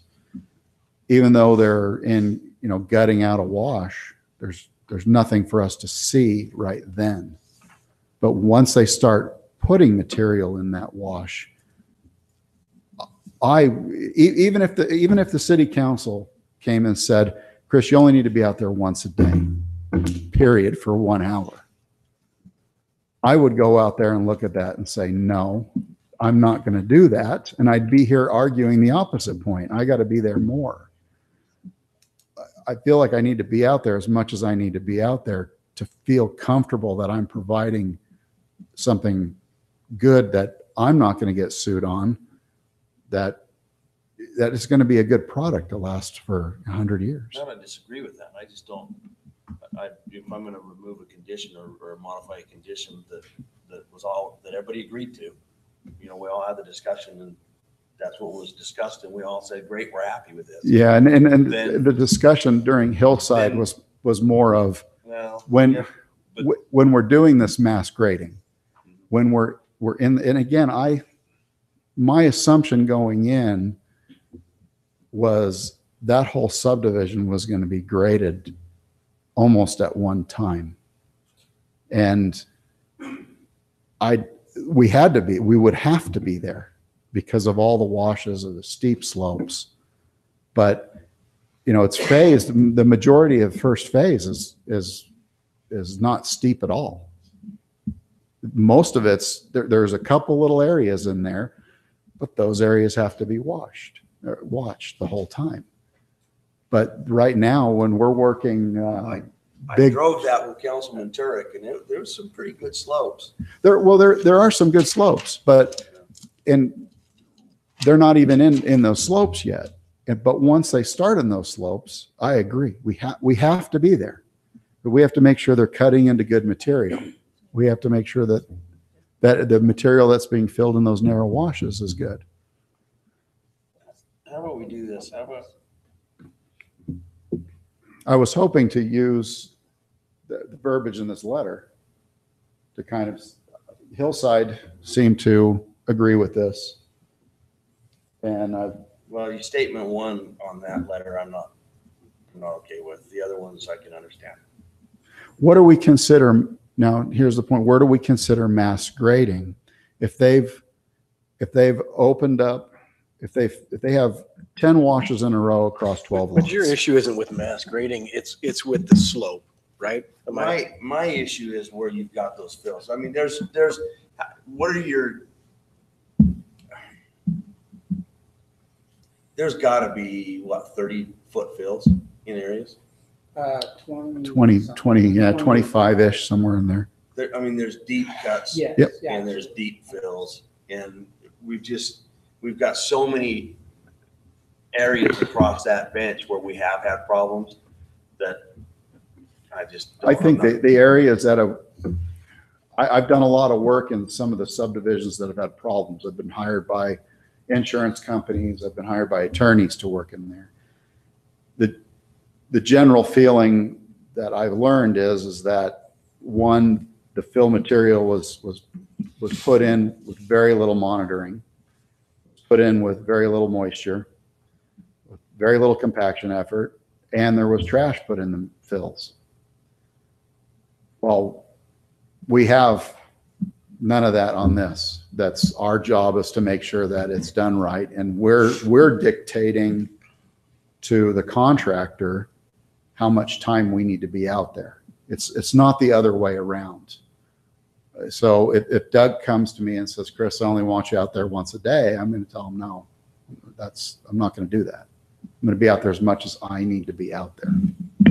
And there's big chunks of that where it is full-time. And there's other chunks of it, once they start bringing lots up and opening up areas, I just don't feel like I need to be out there full-time. We're still going to be out there on a daily basis, though.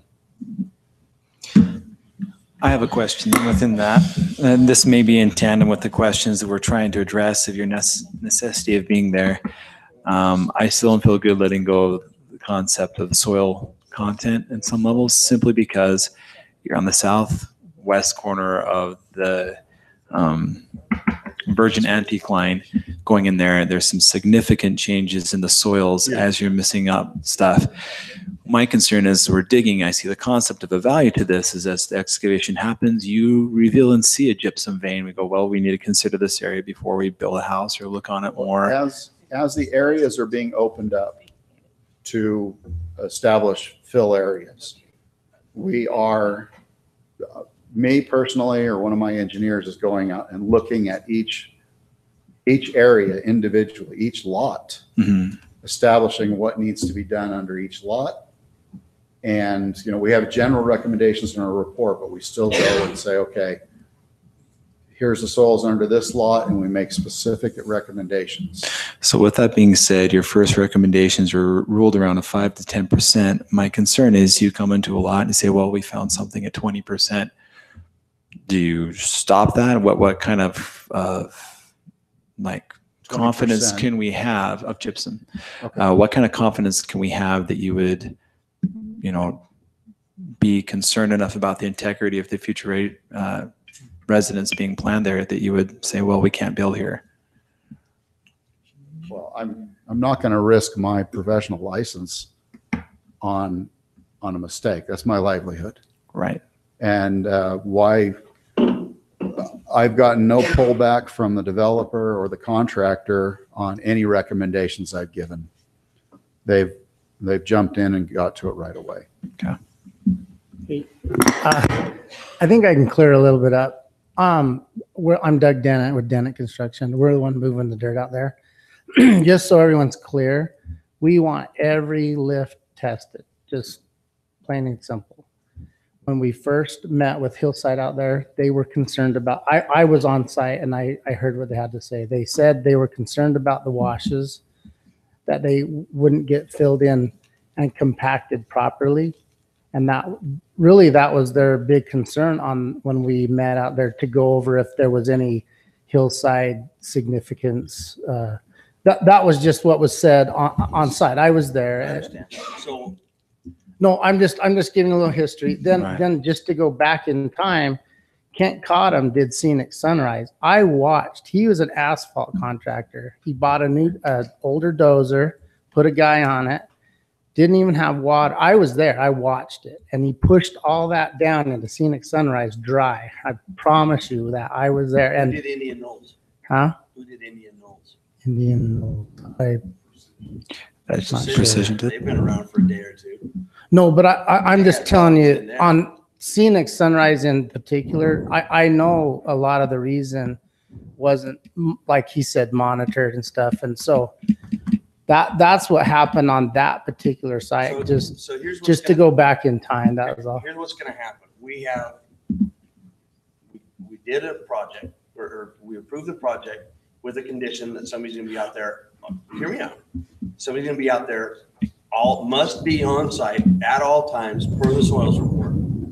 If we modify that, the first person that has settlement in their house is gonna sue the city. No, and I'm not even Because advocating. took the requirement away, and I've had settlement now, so now I've got to, I mean, it's hard to reel this one back. No, if you let me finish, I'll get to that. I'm just saying it'll make sense. So having said that, that's what happened. We did White Sage, same soils right next to it, didn't have any problems. We're on the same type of soils. It's a sandy, mostly where we're at right now, White sandy. Sage doesn't have near the slopes of this project. No, what I'm saying is where we were laying it out. So when we met on site at the pre-construction meeting, we talked to the who was in charge and the inspectors that would be on site. We just explained that we're going to have every single lift tested no matter what. That's what we intended. That's what we've done. Even the preparation areas, everything was going fine. This was weeks of work. Everything was going fine. They was out there as needed. But what happened on a rainy day, it was only a few weeks back, maybe a month or two, I got a call from Brandon Wright, and he said, Doug, we've got to have a tester out on the site. I said, hey, I'm fine with that. If you guys want that and they want it, that's fine with me.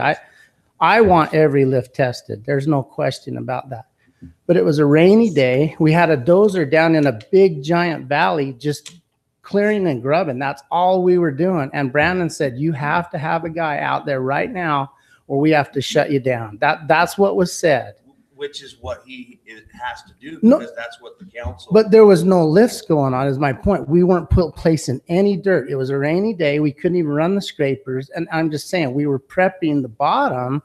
And I said, Brandon, we're not even putting lifts on right now. And that's how, I'm just saying, that's how we got kind of to where we're at. So I called him up and I said, hey, I can't shut down production. You need to get out here. Then another day, his guy was sick in the morning. And he was scrambling to get something else. The inspectors come out and said, you guys can't move any dirt till somebody's out here. I jumped on the phone to him, said, get somebody out here. So I have no problems with anyone being out there full time, none whatsoever. I'm just explaining what was said at the hillside. So we went back to kind of clarify, and it's exactly what you're saying. You may not have a problem with the map. I have a problem, and I'm sure you guys would have a problem if you know some of the lifts aren't tested.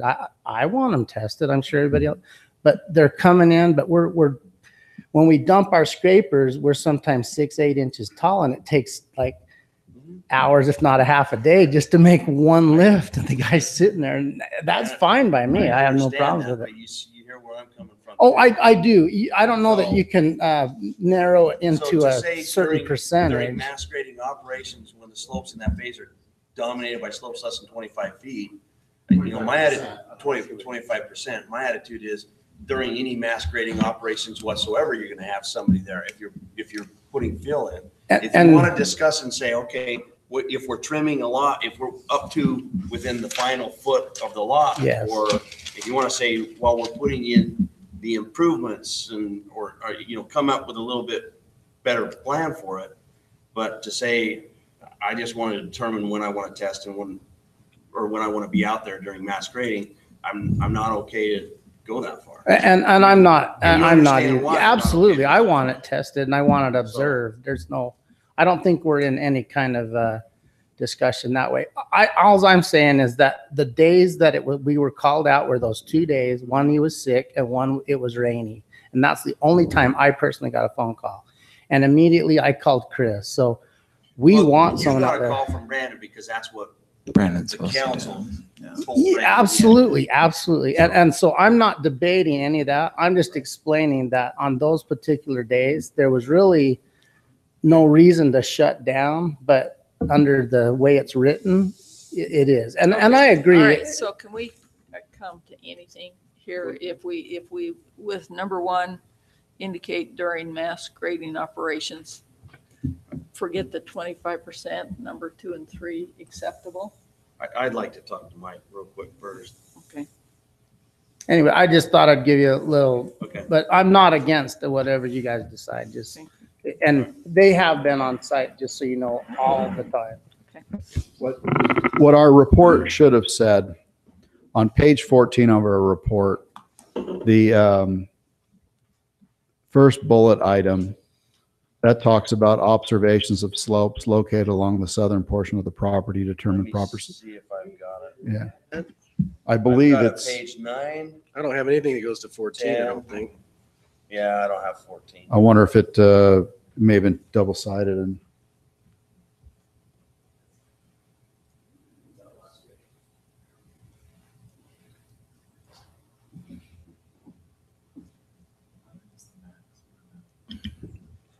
I only have until page 11. Page 13. This is, No, this is. This is page 11. yeah, you don't have it. It's where it talks about our construction inspection, and we should have bulleted those things more carefully. And unfortunately, what we said is in the header of that, we said a representative from our firm must be on site full-time during grading and construction of the subdivision and to provide the following services. And that's where it talks about, you know, a lot of different things happening on that subdivision. We should have put that must be on site full-time during grading operations under specific bullet items. And we just didn't catch that when we were meeting with Hillside and in the committees prior to approval. They were talking about full-time observation, but yes, we wanted that. We want full-time observations when we get into certain areas of the site, but we wanted to do that. Hillside said, yeah, you need to be full-time there when you start getting into these washes, when we start getting into these slopes, which is what the intention of what we wrote is what it was supposed to be. I understand your city council's problem because we recommended that and now we're saying, well, no, we don't want that, Well, but it was our mistake when It's we your wrote it. problem. It's Dennis' problem too. It's the Right. same problem. It's you have a report that says one thing. Now we're saying, let's not go that far. Okay, great. Right, and I Let believe first in house the, settle and see what happens. yeah, I believe in that in that first letter I wrote to Brandon or city council, I can't remember who it was. Well, I but let's did- not keep going over the history of it. Let's get to where we're making a proposal or solution. Because are you proposing that this letter be the guidelines? Because this letter is not very clear, and there's a lot of wiggle room in here. Can we rewrite the report? Can we get some stipulations that we can all agree on? Or I'd like to hear from Mike first, and then I got some suggestions. But I want to talk to Mike first. I didn't want to say while Mike's coming up. My thing of coming on new to this, because I'm learning, we're catching up to this. I do have a point of concern that as this has been executed so far, on one hand, we've had the assurance that we've had someone on site all the time, but both these examples have instances when someone wasn't on site and the inspector shut it down.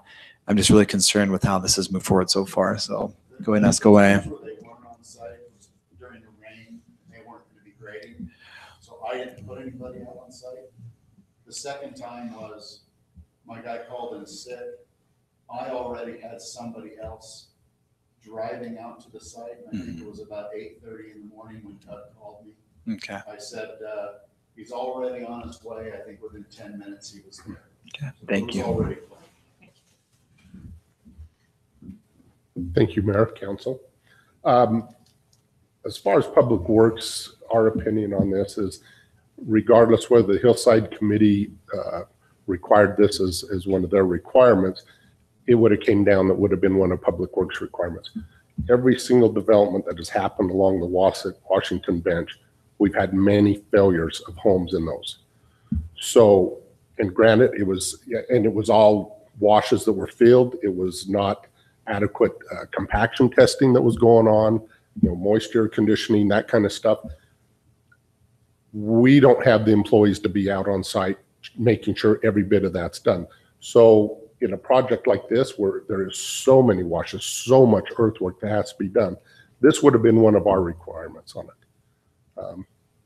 Is it safe to say that if we're doing road base underneath the road or road base under curbing, we don't necessarily have to have somebody? As far as the utilities installation, utilities, the road base and that, our standard practice is fine. But the mass grading operation, I still think it's crucial that we have I inspections. agree with you on any mass grading with that, as long as there's mass grading taking place. And to come in now and change it after their report actually stated in there that somebody should be on site, and now to come back and change that, I think that just gives ammunition to people that if the house fails, they're going to be right on us. So well, Mike, why did you allow them to do this when they originally said they need full? Mike, just a real quick question on the utility portion. I mean, you and I have had some discussion lately because we've had the utilities sinking in Camino, or Camino Real. Camino Real. Yeah. And so you're still comfortable saying that doesn't really necessarily need. Well, and some of those utilities, a lot of those were back in the previous boom, and we didn't have staff. We don't have the staff now. Well, we've realized that the boom is obviously our problem. Our boom's our problem. But as Councilman says, we're in a boom. Yeah. So having staff there to do it, but we have a lot of other things that we're following up on to check those, but it's still an issue, especially around manholes, water valves, and storm drain catch basins. Those are our main issues for compaction and utilities. Okay. And I would just agree with Mike. I mean, we have had issues all along that bench, and there's a myriad of reasons and there's a myriad of excuses for them. But the fact of the matter is, at the end of the day, we're the ones that live with those residents 10 years now down the road, or 15 years now down the road, that we had an obligation to make sure that was done correctly.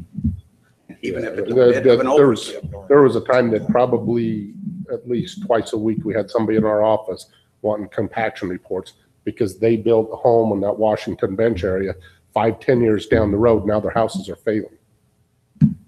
So. Chris, is it fair to have you go and put together, table this tonight, have you put together basically a detailed list of exceptions and say for these detailed exceptions, we don't have to have somebody on there? I can do that. Because the way this letter's written, No. Keep coming back to report to require it. It might be easier for me. I can just revise the report. That would be fine. I don't want to.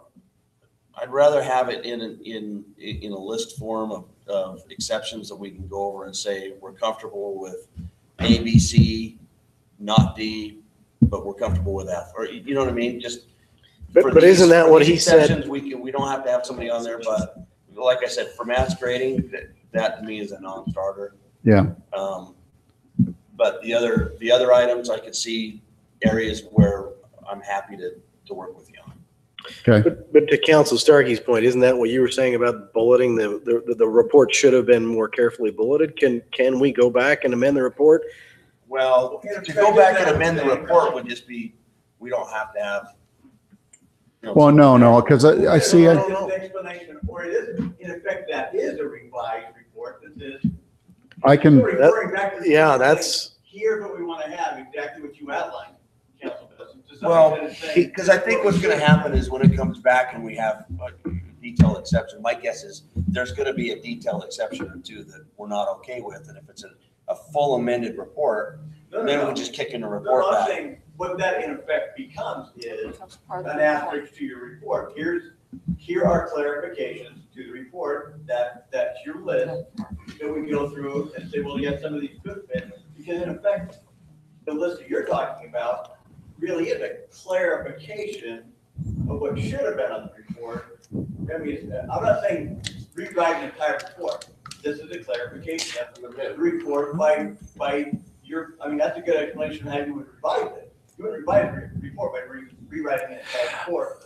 You would clarify it. Within that, I just have that. I just a counsel from our legal counsel. I appreciate that. seeing that we are dealing with an area that has lots of instability of soil, seeing that this may be something that comes back to us in liability, I see no reason for us to not do anything that is a good legal operation going forward, a good solid document, whether that is an amendment to the report, a revised report, but something that we just can't have a whole lot of, well, it should have had, and it should have, maybe could have, would have. It's got to be very clear considering. Why don't I write an addendum to this report for the construction observations section? That way it's only changing that. And I'll bullet item things out as in, this is when we'll be on site part-time for these specific things, and I'll list them out, A, B, 1, 2, 3, 4, 5. You understand where our concerns Yes, are I do. And that I'm trying to, I want to make something that will work. Okay. I think you understand what the position we're in, and I understand the position you're in. So if I can write an addendum, bullet item everything out, we're still going to follow all the standard Washington City minimum standards for compaction. We're going to exceed those actually, because we usually do.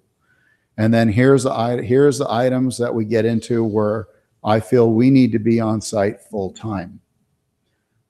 Council can look at that, review it, make any changes to it they feel necessary, and then hopefully that's an approved thing. It will be an addendum to this report.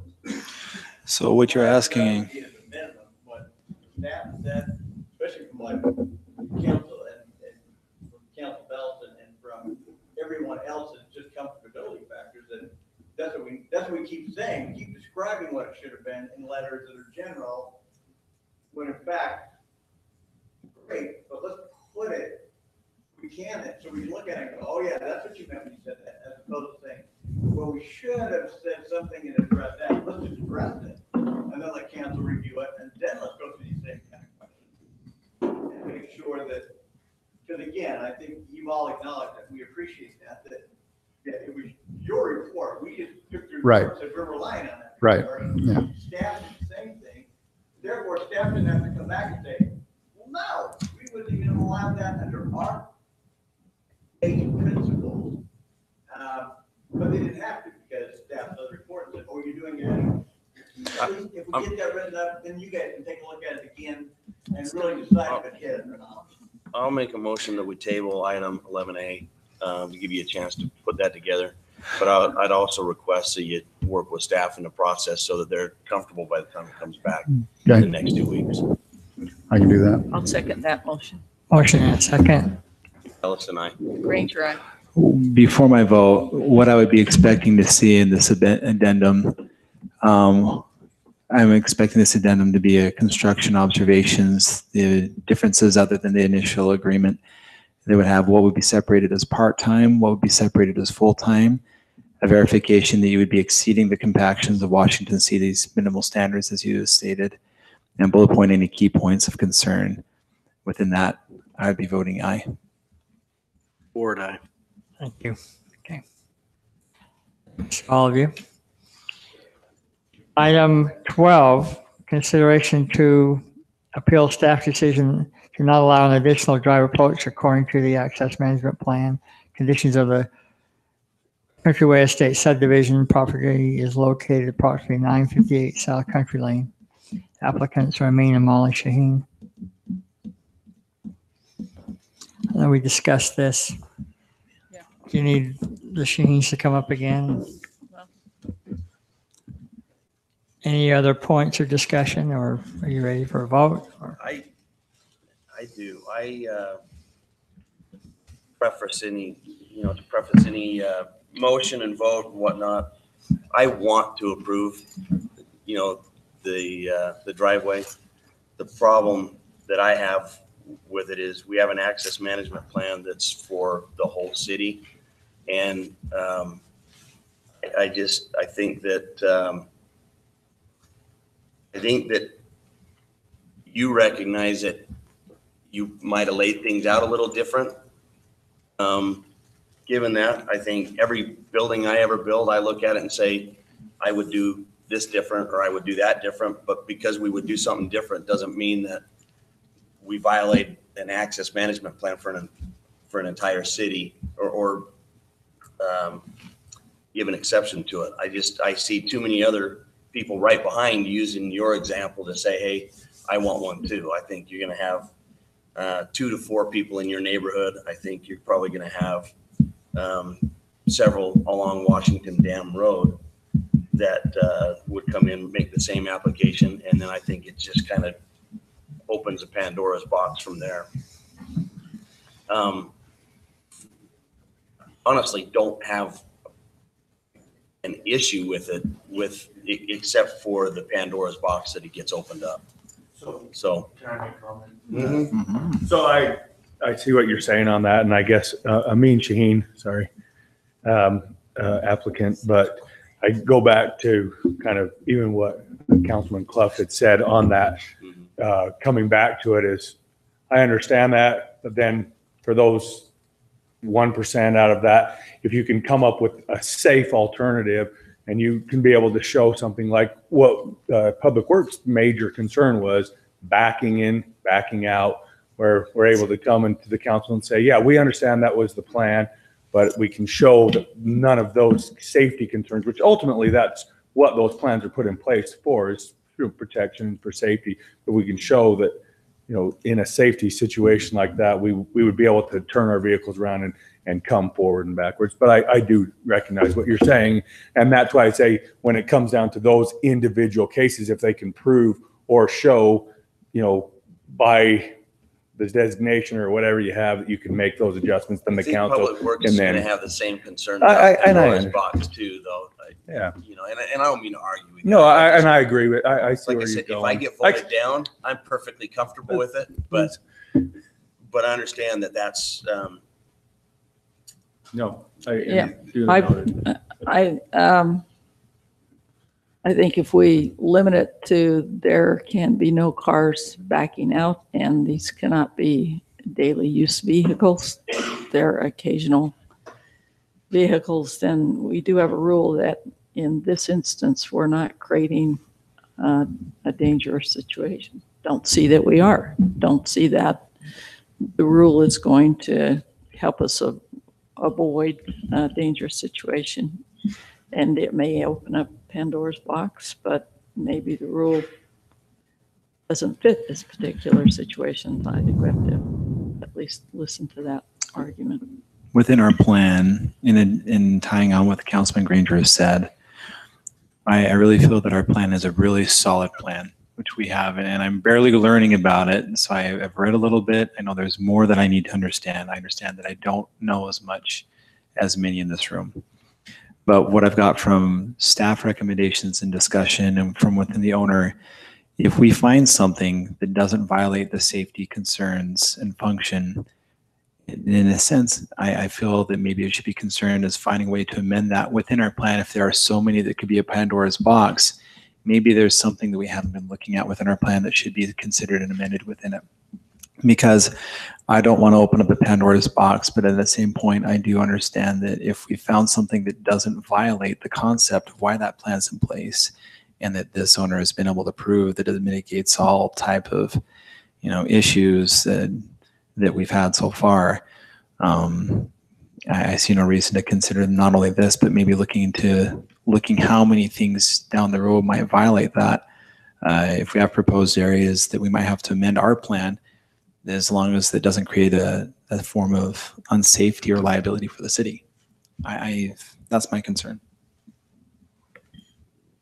Maybe there's something more we need to look at. We're going to look at it either way as a council, don't get me wrong. But this particular one makes it hard for me to deny it if there is no violations of safety and it's been very clearly articulated what its purpose and intent is. Our rule has a clear purpose, and it is to avoid some unsafe situations. That's why we have it. Yes. It just doesn't seem to apply to this if we put some restrictions in place. like I said, I want to approve it, but the problem for me is your access worked until you landscaped your backyard, and then your access doesn't work, right? And once again, like So- say, we didn't lay the house out. We were the unfortunate people that by on that street when we're not in the industry. Once again, I recognize a lot of those things, and we came into that, and then, you just do a panic as a parent going, holy cow, our street became this high volume, heavy traffic. Let's find a safe place to put our kids, which is naturally your backyard. And then it's like, no, drive a road through your backyard too. Oh, so wow, now we're really in a position when we can find a clear alternative to make it safe for a place for our children to go. But then on the backside, a safe alternative where it's a right hand in, right hand out. We have plenty of room to turn a vehicle around. So, I mean, same thing, to voice the concerns, like Councilwoman Granger said, in certain situations, there may be that exception when looked at to take those concerns away. My concern isn't with you. My concern is. I know it's not, and everybody behind you. I know, and I can understand that. But everybody behind him's not necessarily going to have a median in the road and a right turn only and.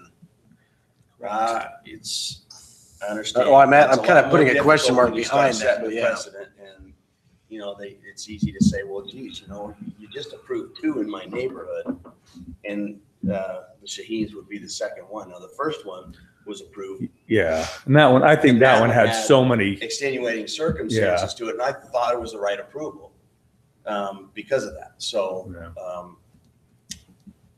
I think I'll just mention this, and again, I've expressed already yesterday where staff sits on this issue, but at least to Councilman Belliston's point. I mean, again, I think we recognize there are specific safety issues that we're trying to mitigate with the plan itself, but let's also be very clear, we're really not going to be in a position to enforce those one way or another. Right. I mean, we could make him scratch off the R on his stick shift, right? All right. Enough discussion? Anybody want to? Are we looking, are you wanting conditions to be placed here with it, or is anybody wanting conditions? That's the only thing I can think. Leave you guys up to the motion on that one. Can I say? Yeah, If there's a motion to approve, I would appreciate conditions just so that we have something by which we can development. Deny if we need to those in the future. I just think that even though the reality is we're not going to know if they're backing out or not. I mean, that's the reality. I'm just telling you that. I would like to see that put in there so we just don't have a carte blanche approval that all of a sudden everybody else comes in and we don't have anything else to point to as to the compelling reason why we approved. I think this is my honest opinion, okay? If you'd have gone and cut the curb, now I'm not saying you can't, and Public Works is not saying you Then can't. why do I follow the rules? Why? I just don't want it on the record that. I know, I know. Go ahead and do it because it fouls things up down the road, okay?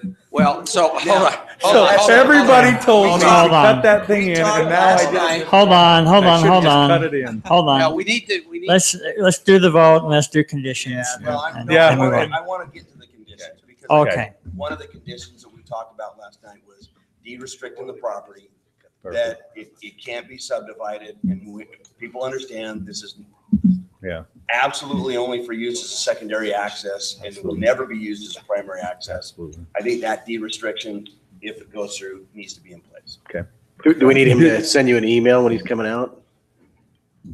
So in that situation, do we draft that with an attorney, or does the city attorney draft that we then sign? I don't care if you want to draft it, we'll approve it, but I mean, the reality is I'll probably spend as much time fighting whoever gets drafted to do it, but I mean, I would still suggest get it drafted. Okay. Just based on whatever conditions they have, based upon this year. Yeah, as they do it. Okay. Well, let's finish this thing, that's true. That's a long time. All right. You make it.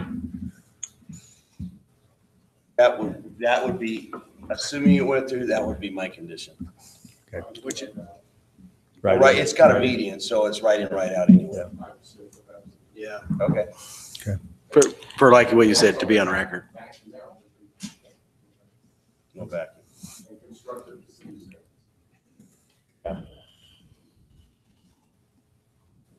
Be ready to take a stab at it? Well, for purposes of seeing where the vote goes, And don't forget some of the reasoning, and just to follow up on city manager and that one. Some of the things are conditions that are gonna run with it, such as right in, right out, can't back up. But others are some of the justification if you decide to approve it, such as, this is, you have such a long run, because you have a meeting. I mean, put some of the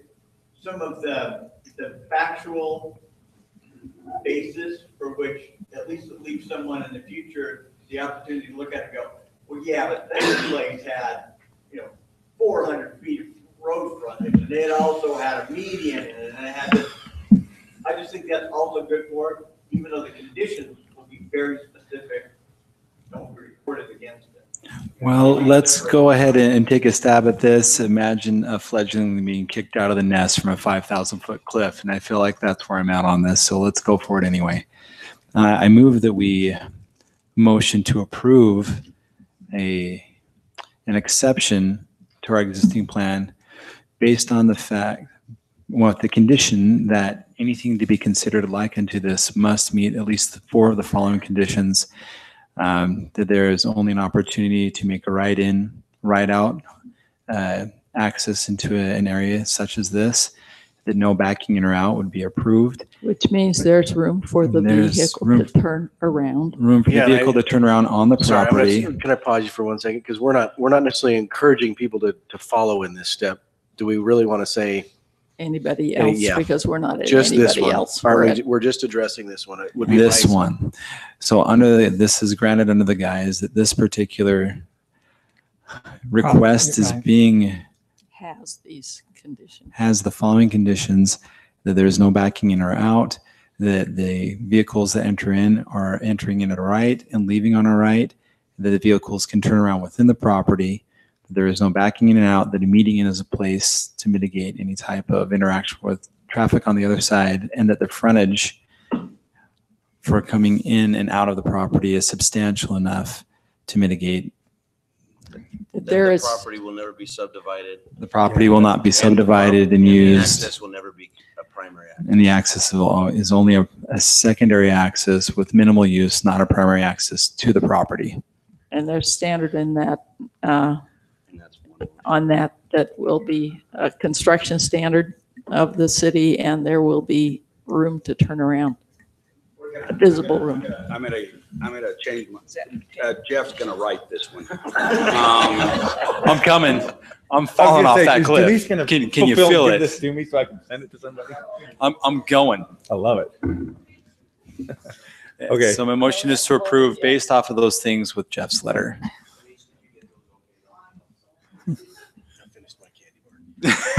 Okay, I have a motion. Do I have a second? Second. I have a motion and a second to approve. Ward aye. Clef eye. Granger, who doesn't like to go against Councilman Belliston when we're talking about construction or staff, nonetheless, it's an aye. Just because I don't want the people Just 'cause he behind me. can. Just 'cause he can. Just 'cause he can. Exactly. All right. Thank you all. You bet. Thank you. I mean, Molly, thank you so much. Thank you very much. Thanks.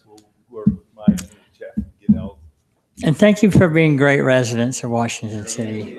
You know, really, we appreciate that.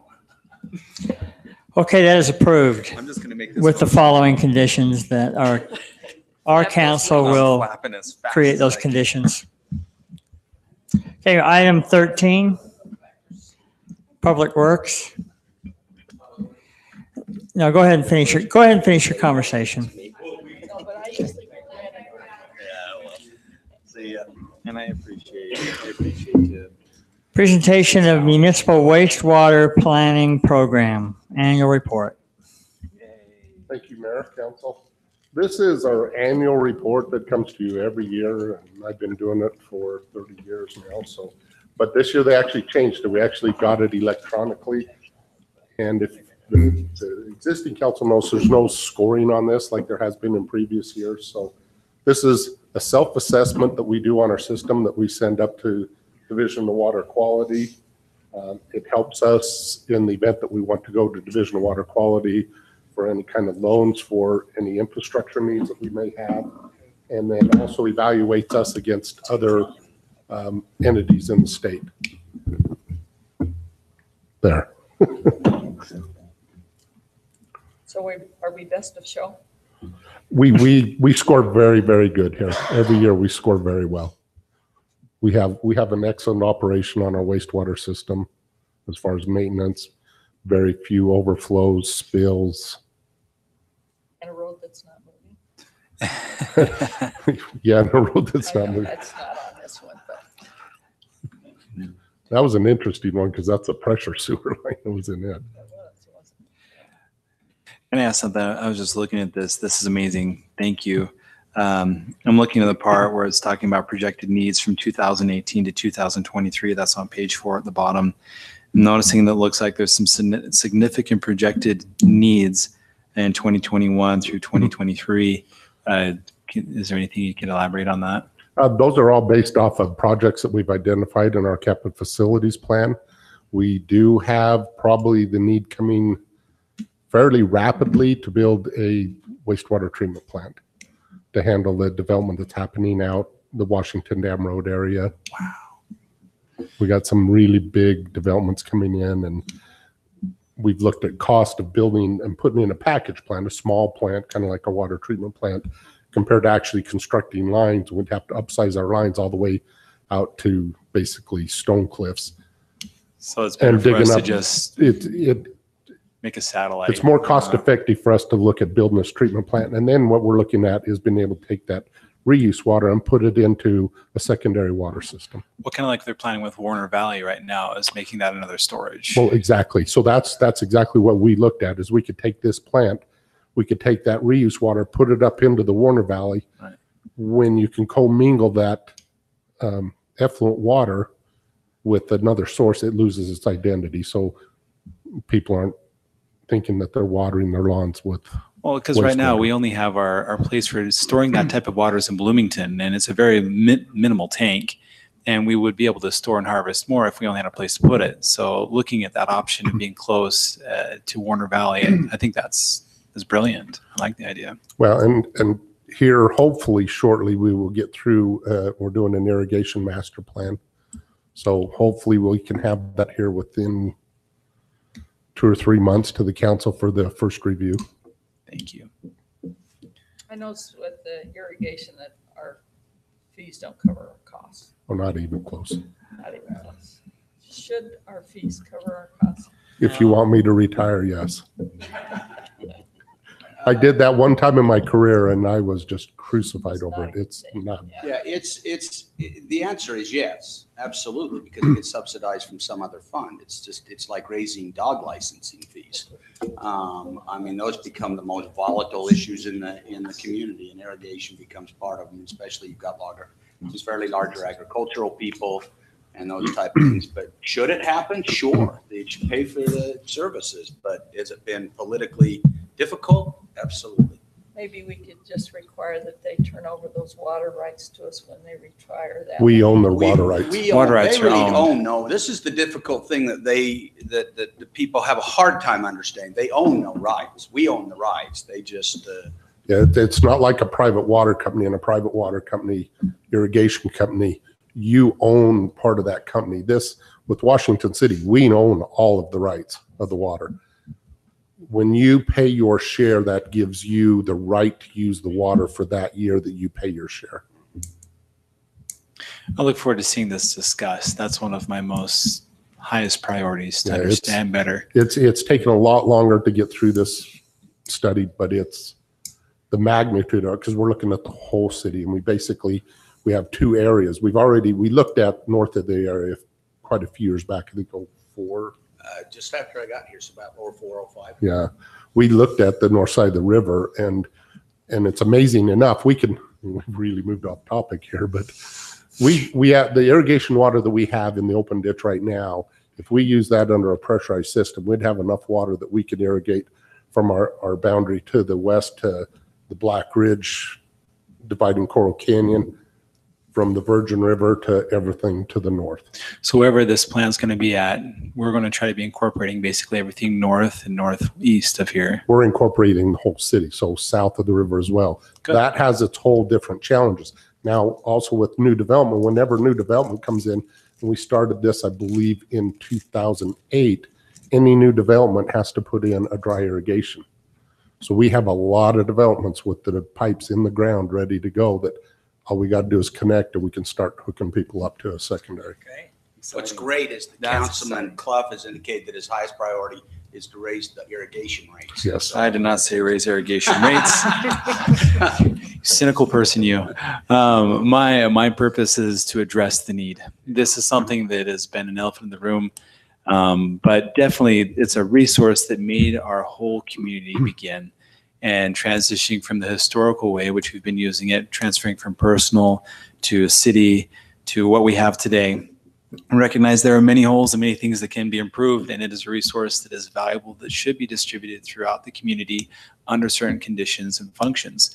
And I'm really looking forward to critiquing and championing this being something that our city has, based off of it being something that respects what is currently in place. The other thing I'd say is that when we did this in 04 and 05, the challenge we had is that putting this system in place would almost push that water above culinary at those current year prices, and no one was going to be paying more for irrigation water than they were for culinary.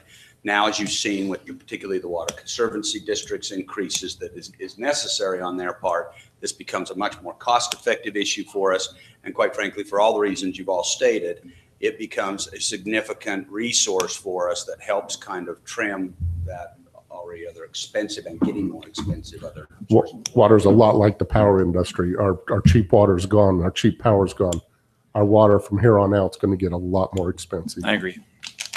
So making use of a secondary water, especially now, is starting to make a lot more sense. It makes it a lot more cost effective.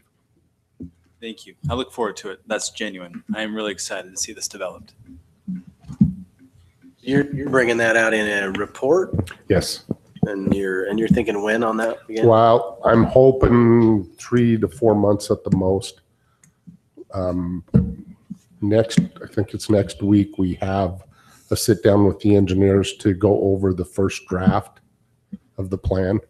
That's when we get our stab of what has been going on. And we've been meeting with them basically a couple of times a month, going through getting the plan developed. And now we will go through to our review on it, get it to a point where we're fairly comfortable, and then we'll bring it to council as a draft. We'll bring it in a work session, go through it with the council. I'll give you probably a month to sit down, review it before we actually meet. We can go through, get council's comments on it. We can address those in the plan, get a final plan done, do a public hearing on it, and adopt it. You'll probably tell us when we get to the point that we have to require drip systems and no more lots. Yeah. There's a lot of concepts with that, because when you just put in rock, you actually create heat islands. By putting in rock, you're not actually making things better for the environment, nor are you providing more water for the soil beneath it. Trees are helpful, but the biggest devil is not always lawns. Sorry, I will back off as a landscaper and scientist, and you keep moving forward. All right. Are you done? Yeah. That was easy. Yeah. Thank you very So much. page back to the presentation here. Page 8 here, just so that if I'm asked about it, because people do talk, the odor from the lift station when the line goes into gravity is the answer Okay. to the question there. So especially, you'll get it down Telegraph and 300 East. Yeah. So in our lift stations, we have what's called the wet well. So it flows into the wet well. It fills the wet wells up to a certain point. The pumps kick on, run for a longer period of time. It's just more cost effective on the power. Pumps it through the line, but when it sits in that wet station, it goes anaerobic. It loses the oxygen in the wastewater. That's when you start creating the smells. Our big problem is this Coral Canyon. Unfortunately, we're designated as the biggest lift station in the state of Utah. We pump more gallons at a higher lift than anywhere else in the state. Really? So it has to go, for us to get the wastewater from the wet well out into the gravity line, takes 4 cycles of that pump. So yes, poop can run uphill. And So the more time it sits, the more smells we get. We're treating that. We have a chemical treatment that we treat that with. Has helped immensely. Some of the other smaller lift stations, because of the lack of use, it sits there for weeks. And it gets really ripe sometimes. Did you say weeks? Weeks. Because we build the lift stations for the development, and then until they get filled out, Sienna Hills has a lift station. Highland at the top of Coral Canyon has a lift station. Ridge Point has a lift station. The more use it gets, the less the smells we have out of it. The Sienna Hills, we put the drip system on it. It's treating, but the Highland does not have one on it. Every once in a while, we'll get a glitch in the system where it doesn't drip, and we'll get the smells. But that's our tattletale. We know, okay, get out there, check it out. But that's the cause of our odor. And Councilman Ward, you will not get those phone calls. I will get those phone calls. Rest assured.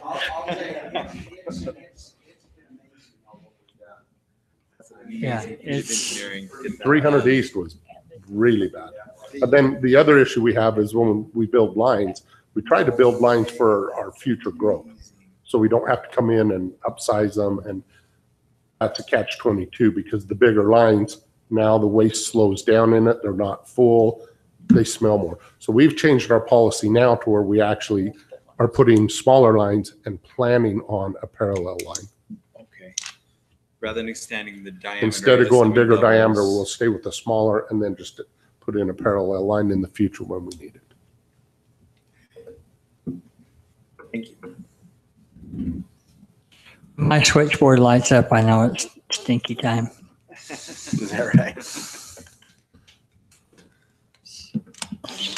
Thanks, Mike. Any other questions or comments for Mike? No. Thank you very much. Look forward to that report and looking. So sorry, I'm trying to find the place where it was at, but just I lost it.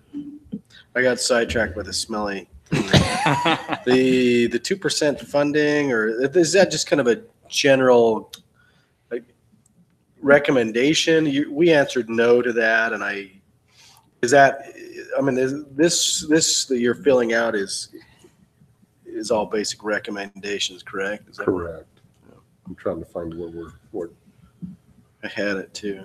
It was just interesting. I just think the evaluations are so minimal. You've done so much to engineer this so well. This is just really kind of cool. I'm interested to see more how that works in the city. But you know, Mike, when we make stupid suggestions, don't threaten to. We, I pride ourselves here in the city that I think we're an innovator. We lead a lot of people in what we do around here. Our wastewater program is a good one. We just updated the master plan 6-8 months ago on the wastewater.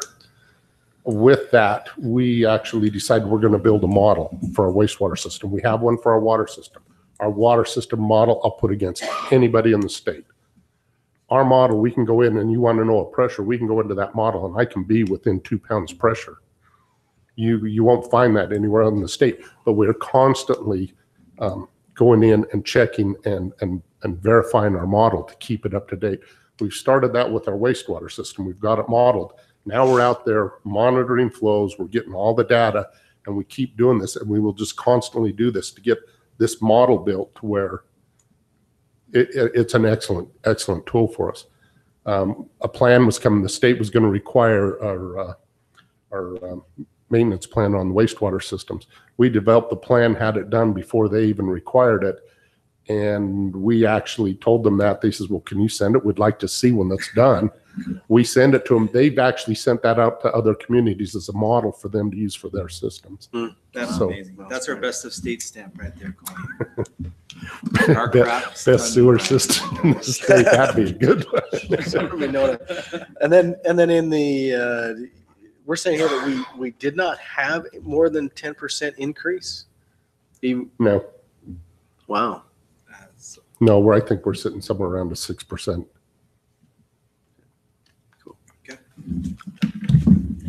Thanks, Councilman. Anybody else? Thank you for Thank you, letting Mike. us talk. Thank you. And Okay. different from previous years, it used to be a resolution. We don't need a resolution. All we need to do is present it to council. So Oh, so we don't need to vote on it. Oh, okay. Yeah, thank you You for your better. patience in answering that. I get almost no chances for people to discuss intelligently about sewer systems.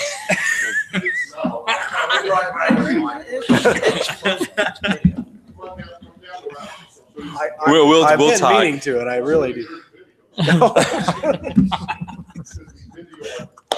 I'm sure you. I'm Man, sure I you tell do. Only Washington. This is great. This may not fit this national standard of a dirty video, and I'm fine with that. He can't write. He's laughing Dirty too talk hard. at Well, Washington we, City we Council. invite you to go down and observe those videos. Every minute of this is on YouTube. Okay, then we'll move on. Let's Item move 14, on. report from the assigned committees. Anything to report at this time? Anybody want to report on our little visit, the legislature? Since you're our legislative representative, Councilwoman? Appreciate what Jeff is doing to keep us informed. And always interested to see when we say no to a bill, that there are a million ways to get it done. If the leadership wants it done, even if everybody else doesn't, but it passes.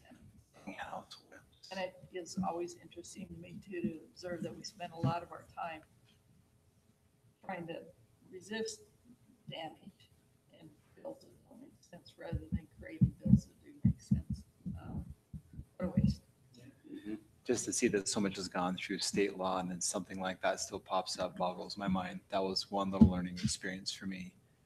We've got 100 bills that have been passed and 400 that'll be passed in the next 2 weeks, and then it takes us a whole year to sort through 500 bills to find out what the impact is, and then to try to get bills written that will correct it, which we haven't been extremely successful. But I think all of our suggestions on our legislative list tend towards corrections that would be helpful to us that we don't seem to be able to get on the table. But I do think we need to meet with them within a week after the session's over and start to make a plan for things we want to do next. I do think the approach has been made the last, especially the last maybe 3-4 years in terms of just wanting to get to know how the representatives are in our area, not just the one, but from the whole county and make those personal contacts, make the difference. One, when you want to have an opposition or support of certain legislation, but then to start to move into those areas that Council Granger always reminds us of, and that is be proactive on things that we see where we might be using state legislation as tools that are beneficial to our community. But the difference between now and say 10 years ago here, 15 years ago, 20 years ago in the city, it's really leaps and bounds beyond what it was just a few years ago. Just for the mere fact, everybody here can probably tell you who your representatives and state senators are, which I'm telling you, 15 years ago, you could have just pulled the city council at any point, said, you know who it is, and could you call them if you wanted to? And I think you all can. Yeah. That's a lot of progress, I I think they're treating us very courteously. Let me just I give know, you an I was update thinking real that quick was with really- regards to where we're going with 175, House Bill 175. The challenge we've got right now is Senator Bramwell has picked this up. He's in the Senate leadership, which means there's a high probability it'll pass through the Senate leadership or the Senate as well. But again, I've appreciated Cameron Deal from the Utah League much better. I think this is a much better leadership because historically what we've had from the league is, and I think the legislators learned this. They just kind of put together this really lousy bill, and then they would show that they compromised on something. And in years past, we'd say, okay, well, it was a compromise. We got something out of it. Let's support it. The League of Cities and Towns right now is still taking it, even though they've stripped the municipal portion out of it, school districts, special service districts. The league is still saying we are opposed to it because it'll just be an easy slide in next year when it becomes a bill. And they do that. And they do That's that. what the legislature does. create the bill and then slide in the negative part. And they do that. So I talked to Steve Meekum today. I told him I'd like him to continue to reinforce with Senator Ipsen and Senator Vickers the fact that we're opposed to this because, number one, we just don't like lousy bills. We just think there's a right to oppose lousy bills and additional expansion of government in this area. But second of all, they pretty well tipped their hands on what they want to do with this bill in the future. And so we see that as they're putting the skeleton in place, and they'll just keep adding the pieces to the bone later on. So that's why we're opposed to it. But I've also asked them to begin reaching out to the governor's chief of staff, especially if there's a high probability that it's going to go through the Senate. It is clearly aimed at the executive office of the governor. Governor's already indicated that he would probably veto it. We're going to reinforce from our point of view that we'd like to see a veto because I don't know, it's going to be a lot harder for them to get a 2/3 override, I think. And I think the governor I think we're pretty comfortable the governor is going to veto because right now it is clearly stripped down to this is after the governor and his executive, they can audit his executive ability. And, but that's kind of where we're still moving on that. We're encouraging our senators. Just so you know, our representatives, all the way up to the last round, the representatives, everybody kind of stayed true to how they were voting from the first round. So just to let you know where that was. Our representative here in Washington, Representative Seg Miller, solid for us all the way through. So anyway, I wanted to update you on that. I'm sorry. No worries. I do appreciate in considering getting to know, if anything, a report from a junior council member, the opportunity to have a good, solid discussion with our senators was invaluable to me. Just amazing, a benefit to me to have a face with the name and to connect. Out when we left the council, I was able to stay and went in 2 more meetings with Senator Vickers and talked with him and even more developed that relationship and learning about his position in city council, being in a council for 12 years and talking about his concerns. It really was valuable to me. And I really do appreciate that investment on the city's part to give us that opportunity to meet with our state representatives to really talk about what we can do for the state of Utah and maintain our constitutional rights and autonomy. I did like that. All right. Anybody else? Now we'll move on to the city manager report. Let me just give a few updates since we were so late last time. We forewent these, and I'll just give you a few project updates. Our water well up here, over here, we've got the floor poured, of course, and they're forming up the walls, so you can start to see it going kind of vertical on that. When you say water well, that's the tank. Tank, yeah. Tank. Sorry, that was tank. And they'll be pouring the columns tomorrow. Yeah, tomorrow. On the power side, the substation, we've got the ground grid done. This is the Green Spring substation. Sorry, we don't call it the Green Spring substation. We call it the Parkway. It's painted blue. Okay, I like it. I like it. I think every single council meeting we ought to ask that question because I think it's an important one. What was the middle of drinking? That we keep it clear that yes, we've recently repainted, but there still could be a blue tint to it. Councilman Ward, will you visit with Councilman Bellis to understand this story? I'm sorry, I got it. In order to avoid any further embarrassment of him, you can. I thought another question was asked, a less funny question was asked. I thought I missed it, but I got what he's. No, you're good. But anyway, we've completed the ground grid. We're about 90% complete on the switches and insulators, and we'll start some of the bus work this upcoming week. We've got, you all are aware of the OPGW project that we're doing down Telegraph. That's the optical ground wire. This is the top wire of our transmission poles is a static line. That's the ground line basically. And you have the ability to swap that out and do dual purpose. You have a ground line that also functions as a fiber line. Now, the only reason I'm bringing this up, because you've heard about this, is because at one time we were trying to, Rocky Mountain Power really took a posturing position with us, and they wanted to put a second line on our poles that they had a right to do so. Of course, they did not have a right to do so. We told them that wasn't an option, but we would be happy to partner with them on one. That was completely unacceptable because Rocky Mountain, to use their words, does not work with an organization that low on the totem pole. meaning Kind of like Washington smaller City. cities, yeah, it's not as good city staff. Yeah, yeah, we don't have the right, if we were a larger city and had better staff. Very good. But anyway, so they basically said, we don't want anything to do with you. They went to Dixie REA. Now, they won't work with Dixie REA either because they're too low on the totem, but they'll go to their parent company, Deseret. So, as you know, and you've all approved the installation of our OPGW, and that project is, matter of fact, let me give you that update. We should be receiving the supplies this week, and work will begin on March 12th. Now, all of a sudden, they've come back again, and they've indicated to, first of all, this is now the second time they've come to Mr. Shaw to ask him, we would like to trench our OPGW. Manager, what's OPG? It's optical ground wire, OPGW.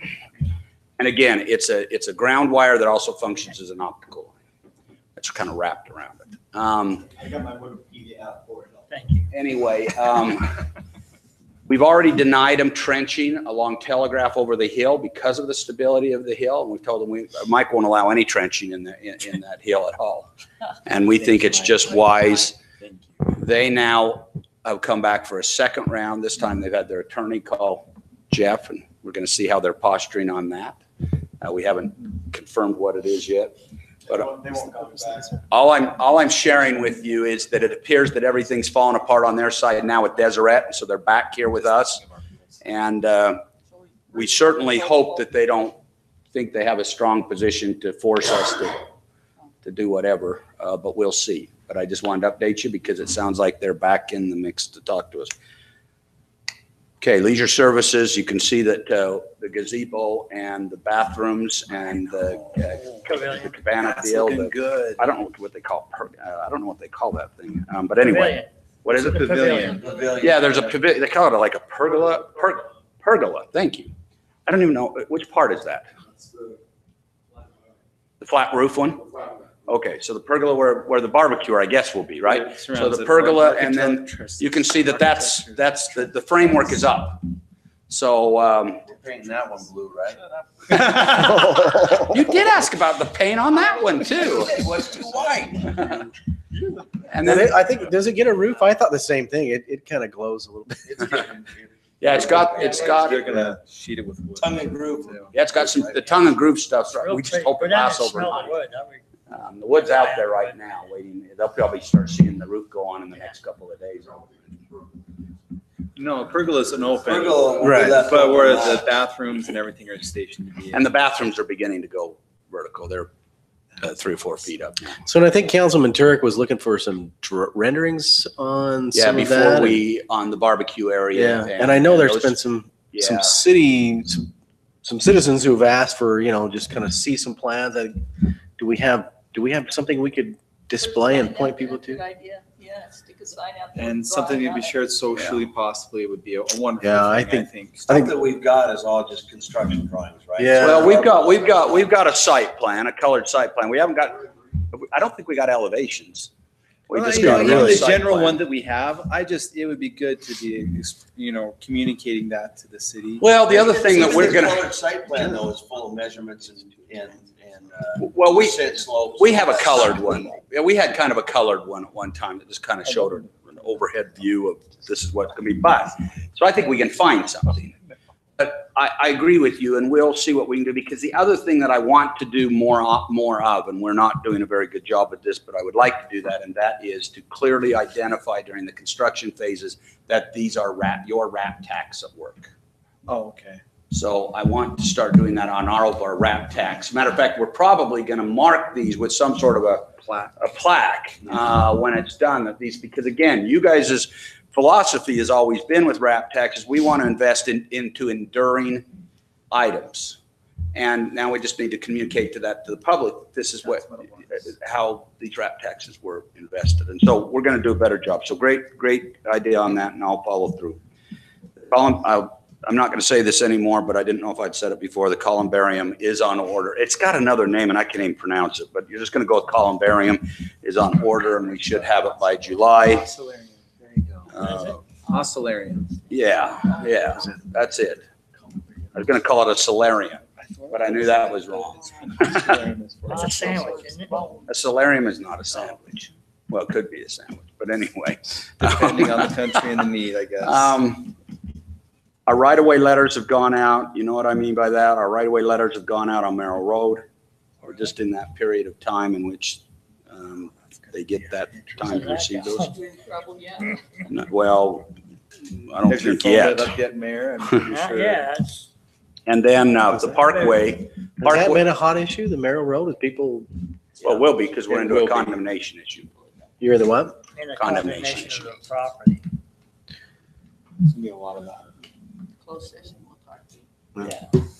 And then the Parkway, Washington Parkway Road up to Green Springs, they're working on preparing for public comment for that because of that's the federal project up there. So I'll go through the public comment period. Our goal with the Parkway is it will be under construction in a year from now. So that's great. That's all I have here, unless there's any questions. But if it goes under construction, it's only the portion that goes to the top of Green Springs Drive, right? From 13 to Green Springs Drive, that's all. Yeah, it we're- goes, it'll go to, Mike, you're going to what, are you going to the border boundary? Okay, so there you go. So it already exists from Green Springs up to the boundary with the development that's happened, but we're not developing. So let me ask you this. Brennan Holdings has already put their portion in. Is there going to be a cost sharing back with the other developments to tie on to it? So Brennan Holdings is putting theirs in. Lowell's will be Matt Lowell, Washington Vistas. We were hoping he'd be far enough along to put his in, but Well, so. but all we're doing, we're not doing a full build. We're doing a 2-lane. No, I understand that, but my concern is if we've got one developer that's paying for a portion of it and other developers that aren't, that's not really fair to the one So, that's paying for it. yeah, but with Brennan Holdings, so the reason that it's not paved all the way through from, what's the name of the road out of Northbridge? The upper road that comes and ties into it. No, it starts with a No. C. Well, anyway, that road that goes on, which would carry on, they've deeded the right of way over. We agreed with them that they didn't have to develop it. We would do that at the time of development, but he would do the full improvements on the rest of it through his parcel. Concord Drive, that's right. Concord, correct. But So he's doing the rest. he's doing, and he wanted to do a full build. They seen that a full build is going to sell their product a lot better than a partial build road. So they wanted to do the full build at their cost. So they haven't asked us for any cost sharing. I think the conversation ought to be had with them, or we ought to figure out a way that the other developers that tie onto it are going to have some sort of cost sharing. Well, they do, because with the development on a road that size, all they have to do is build what their development requires. We're responsible for anything else. 90% of the time, it's a 50-foot road. They have to put a 50-foot in. We build the remainder. We build the center section. They build the outsides because they got to do curb gutter sidewalk regardless. So they do the curb gutter sidewalk and the asphalt, and we build the center section or reimburse them for that center section. I do have a question just as a follow-up. And if this is not known or whatever, but it seemed like that's something you're on because it's been fixed, just to follow up. On the top of Uri Circle, just up by north of the rec center, there was a flood that happened. It looked like the repairs that were done by the city were amazing to the yard. The owner was so excited, just like I've never seen something done so well, because all he said was, well, they're hauling off my dirt. I wish they'd bring some back. And the next day he had this amazing compacted road. It was beautiful. It was, thank you so much. Did we ever find out what caused that? Has it been remedied? The old tank at the yard, the transducer went bad in that. The transducer turns the well off and on. The well was on, the transducer was bad. The well just kept running, overflowed the tank. It flowed down through his yard. So that's been And then we thought we remedied. had it fixed. It wasn't fixed, and that's the second incident that occurred. And when I'd become aware, and it was Councilman Belliston that made me aware of this, because he monitors a particular site for us, we communicated back. Of course, they'd already been contacted by the city, which appreciation to the on-call people. had already communicated with the city, but I contacted them and we determined we'd come up on Monday and determine the long-term fix just because it had happened twice. It actually happened 3 times. One was a while way back, but it happened. So we met with the gentleman, the homeowner, a very great homeowner. Matter of fact, I ought to share I should scan and share the card with you that he sent. I can't share the plate of cookies because the public works crew pretty much took care of that. As well, they should. Absolutely. But anyway, it's just it's very. I'm going to say it's pretty typical how we'll deal with things once they come to our attention, and we do have also we're rerunning that overflow a different direction now too. So if that was ever to happen again, it wouldn't go down there. It'd be piped out to a irrigation ditch, I think is what. Yeah, it went into the old head house for the irrigation, and it overflowed that and went to the floor drain, and the floor drain was plugged up from a previous one, and there's just a whole bunch of facts. So we're actually taking the overflow from the tank and piping it to where it actually will run down through the old yard and down 300 east down the gutters. So just hit that open area and go down. Yep. Okay, awesome. Thank you. That's really kind. Yeah. Did you make that word transducer? No. I think that's the thing that Willy Wonka, that's who changed the turkey. Oh, be glad I didn't. Email into a tablet. Be glad I didn't make an acronym up for it. I think it's a sandwich. All right. Any others? Thank you very much. Thanks, Thank you City for that Manager, for your report. I'll entertain a motion to adjourn. Mayor, I'd like to make a motion that we adjourn the meeting. Thank you. And I don't know how else to say it, so please help me figure this out properly. You're fine. Ward, aye. Flapping those wings. I seconded it. Dallas and I. Keep going. Clough, aye. Thank you. We're adjourned. Always. Did you all get the memo on the 23rd of March? Is that available day for you?